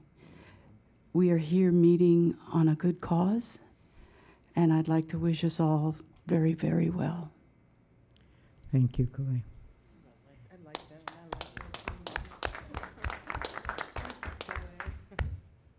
Police murder children. Police murder children because it's legal, because they get exonerated. They murder children. A 2-year-old was murdered in his living room. A police officer went up the stairs. He was answering a call. The door was open. He sees a baby on the floor. He shoots the baby dead. The baby had a pacifier. He thought the pacifier was a gun. When asked why he did that, he said it was his experience, his past experience, his historical experience in that area, that people there are aggressive. And even though he thought he saw a baby, he thought the baby had a gun, and he shot him dead. A 2-year-old. Police murder children. This police officer was exonerated. Exonerated. Exonerated. Police murder children because they get exonerated. They kill children with a pacifier. A pacifier. They believe the pacifier was a weapon. It's not funny. It's real.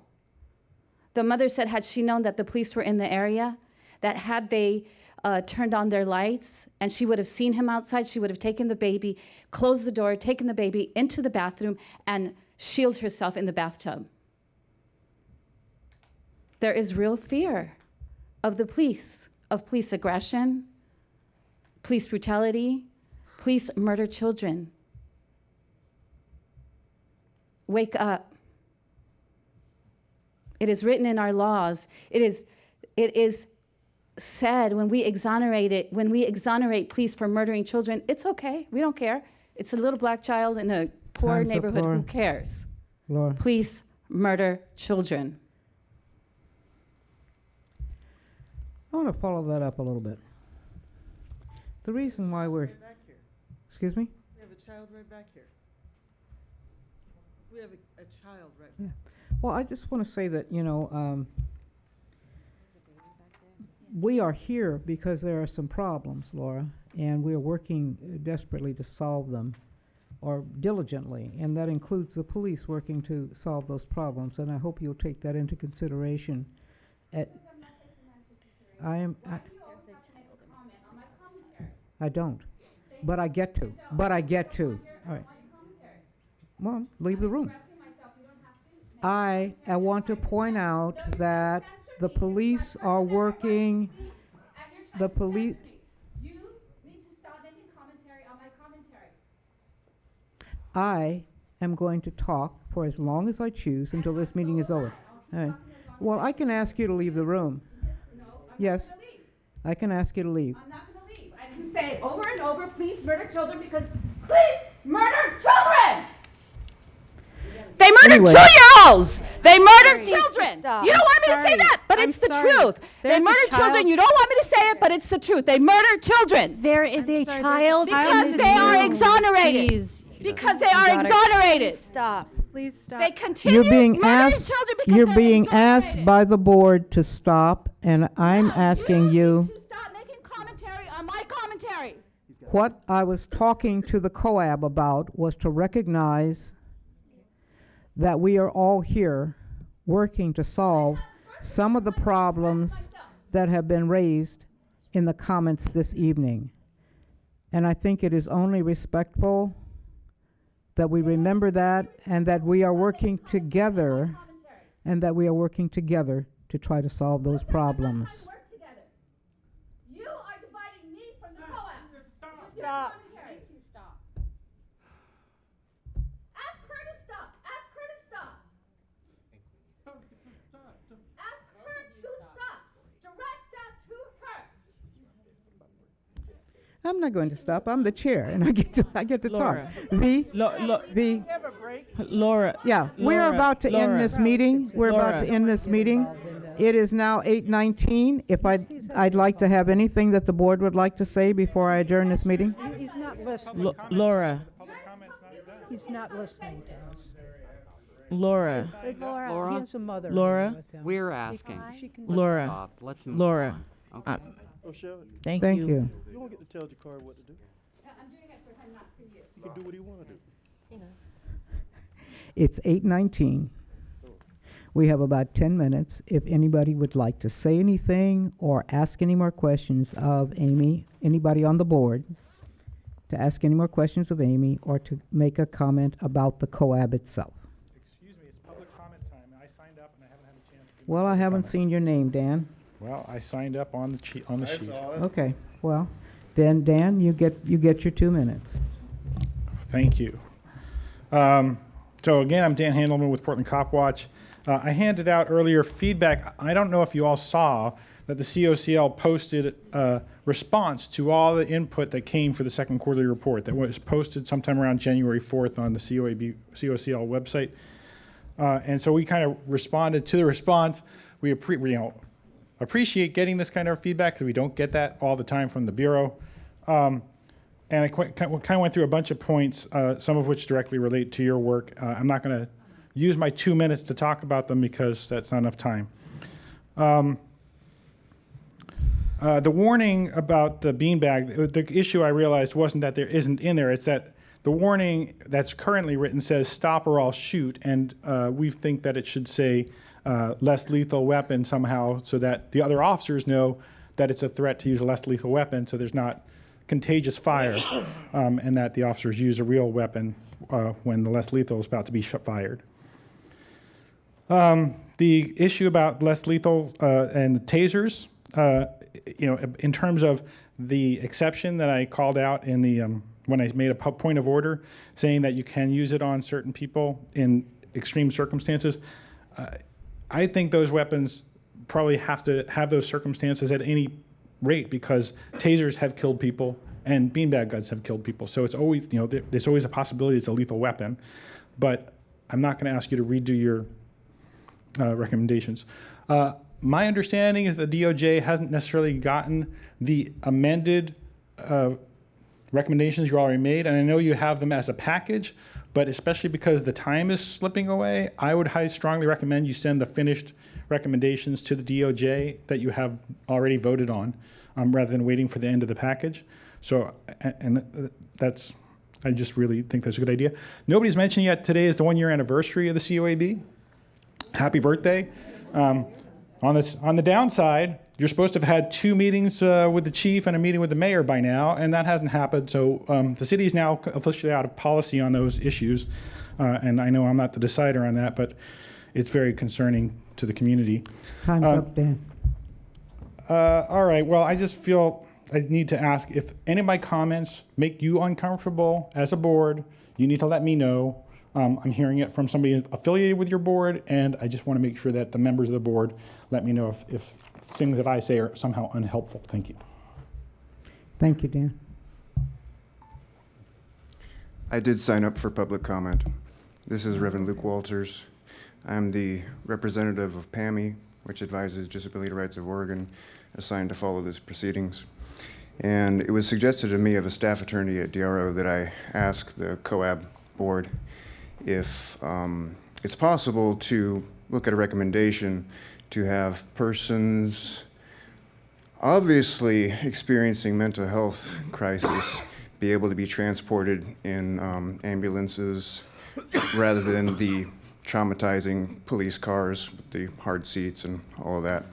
And in the paperwork that I picked up at the January 7th Mental Health Crisis Response Subcommittee meeting, I looked through all of this and I did not see any of that in here. I don't know if you've already addressed that or if there's talk of doing so in the future, but in procedure 870.20 under transports, it doesn't appear that the language is in there. And then in the next area on 630.40, there is some language about that in Code 1 and Code 3, but it's probably a good idea just to have people that are experiencing mental health crisis just have that care and that trauma-sensitive environment of the ambulance transport. So that comes from a staff attorney at Disability Rights of Oregon. I think Thank you. that is being taken in consideration. Appreciate that, Kathleen. Okay. So my name is David Keith Davis with Multnomah County Cop Watch and Fight the Sweeps Portland. Philip, I wanted to point out to you, you said that the information was incorrect about Amanda Fritz calling the police instead of behavioral health unit people during the arrest of Barry Joe Stull, S-T-U-L-L. Actually, she did call the police and cleared the chambers. I have the police report because I was arrested during that, and I'm currently facing trial. I was also tackled by a G4S security goon that's a former LA cop, Mike Cohen. The city of Portland has yet to release the surveillance footage to my lawyer, other than the altered, doctored version that shows the tackle midway where the security goon tackled me. But it'd be nice, Amanda Fritz and the city of Portland and you guys, if you can actually release the surveillance footage, which shows that G4S security, who's a personal security guard of the police commissioner / mayor, Charlie Hales, falsified a police report against me. I think that's pretty serious when the mayor's personal bodyguard and the bodyguard of Amanda Fritz and all the various people at City Hall is falsifying police charges against someone that's simply filming a man having a mental crisis in City Hall. And, you know. Chief, time's up. You got anything to say about that, Amanda Fritz? No, this is not the venue for that discussion. Thank you. I think she's a grown woman. She can talk for herself. We're going to end this meeting. And I'm going to try to end this meeting on a positive note. First of all, you're appreciated. You need to know it. Your work is important. And I hope that you'll remember that the hard part here is, well, let me say it this way. You know, we talk about holding hands and joining together and being together. That is not the hard part. The hard part is holding on once you've joined hands. That's the hard part. We're now doing the hard part, and we can do it. I would entertain a motion to close the meeting. All in favor? Aye. Opposed? Thank you for your work.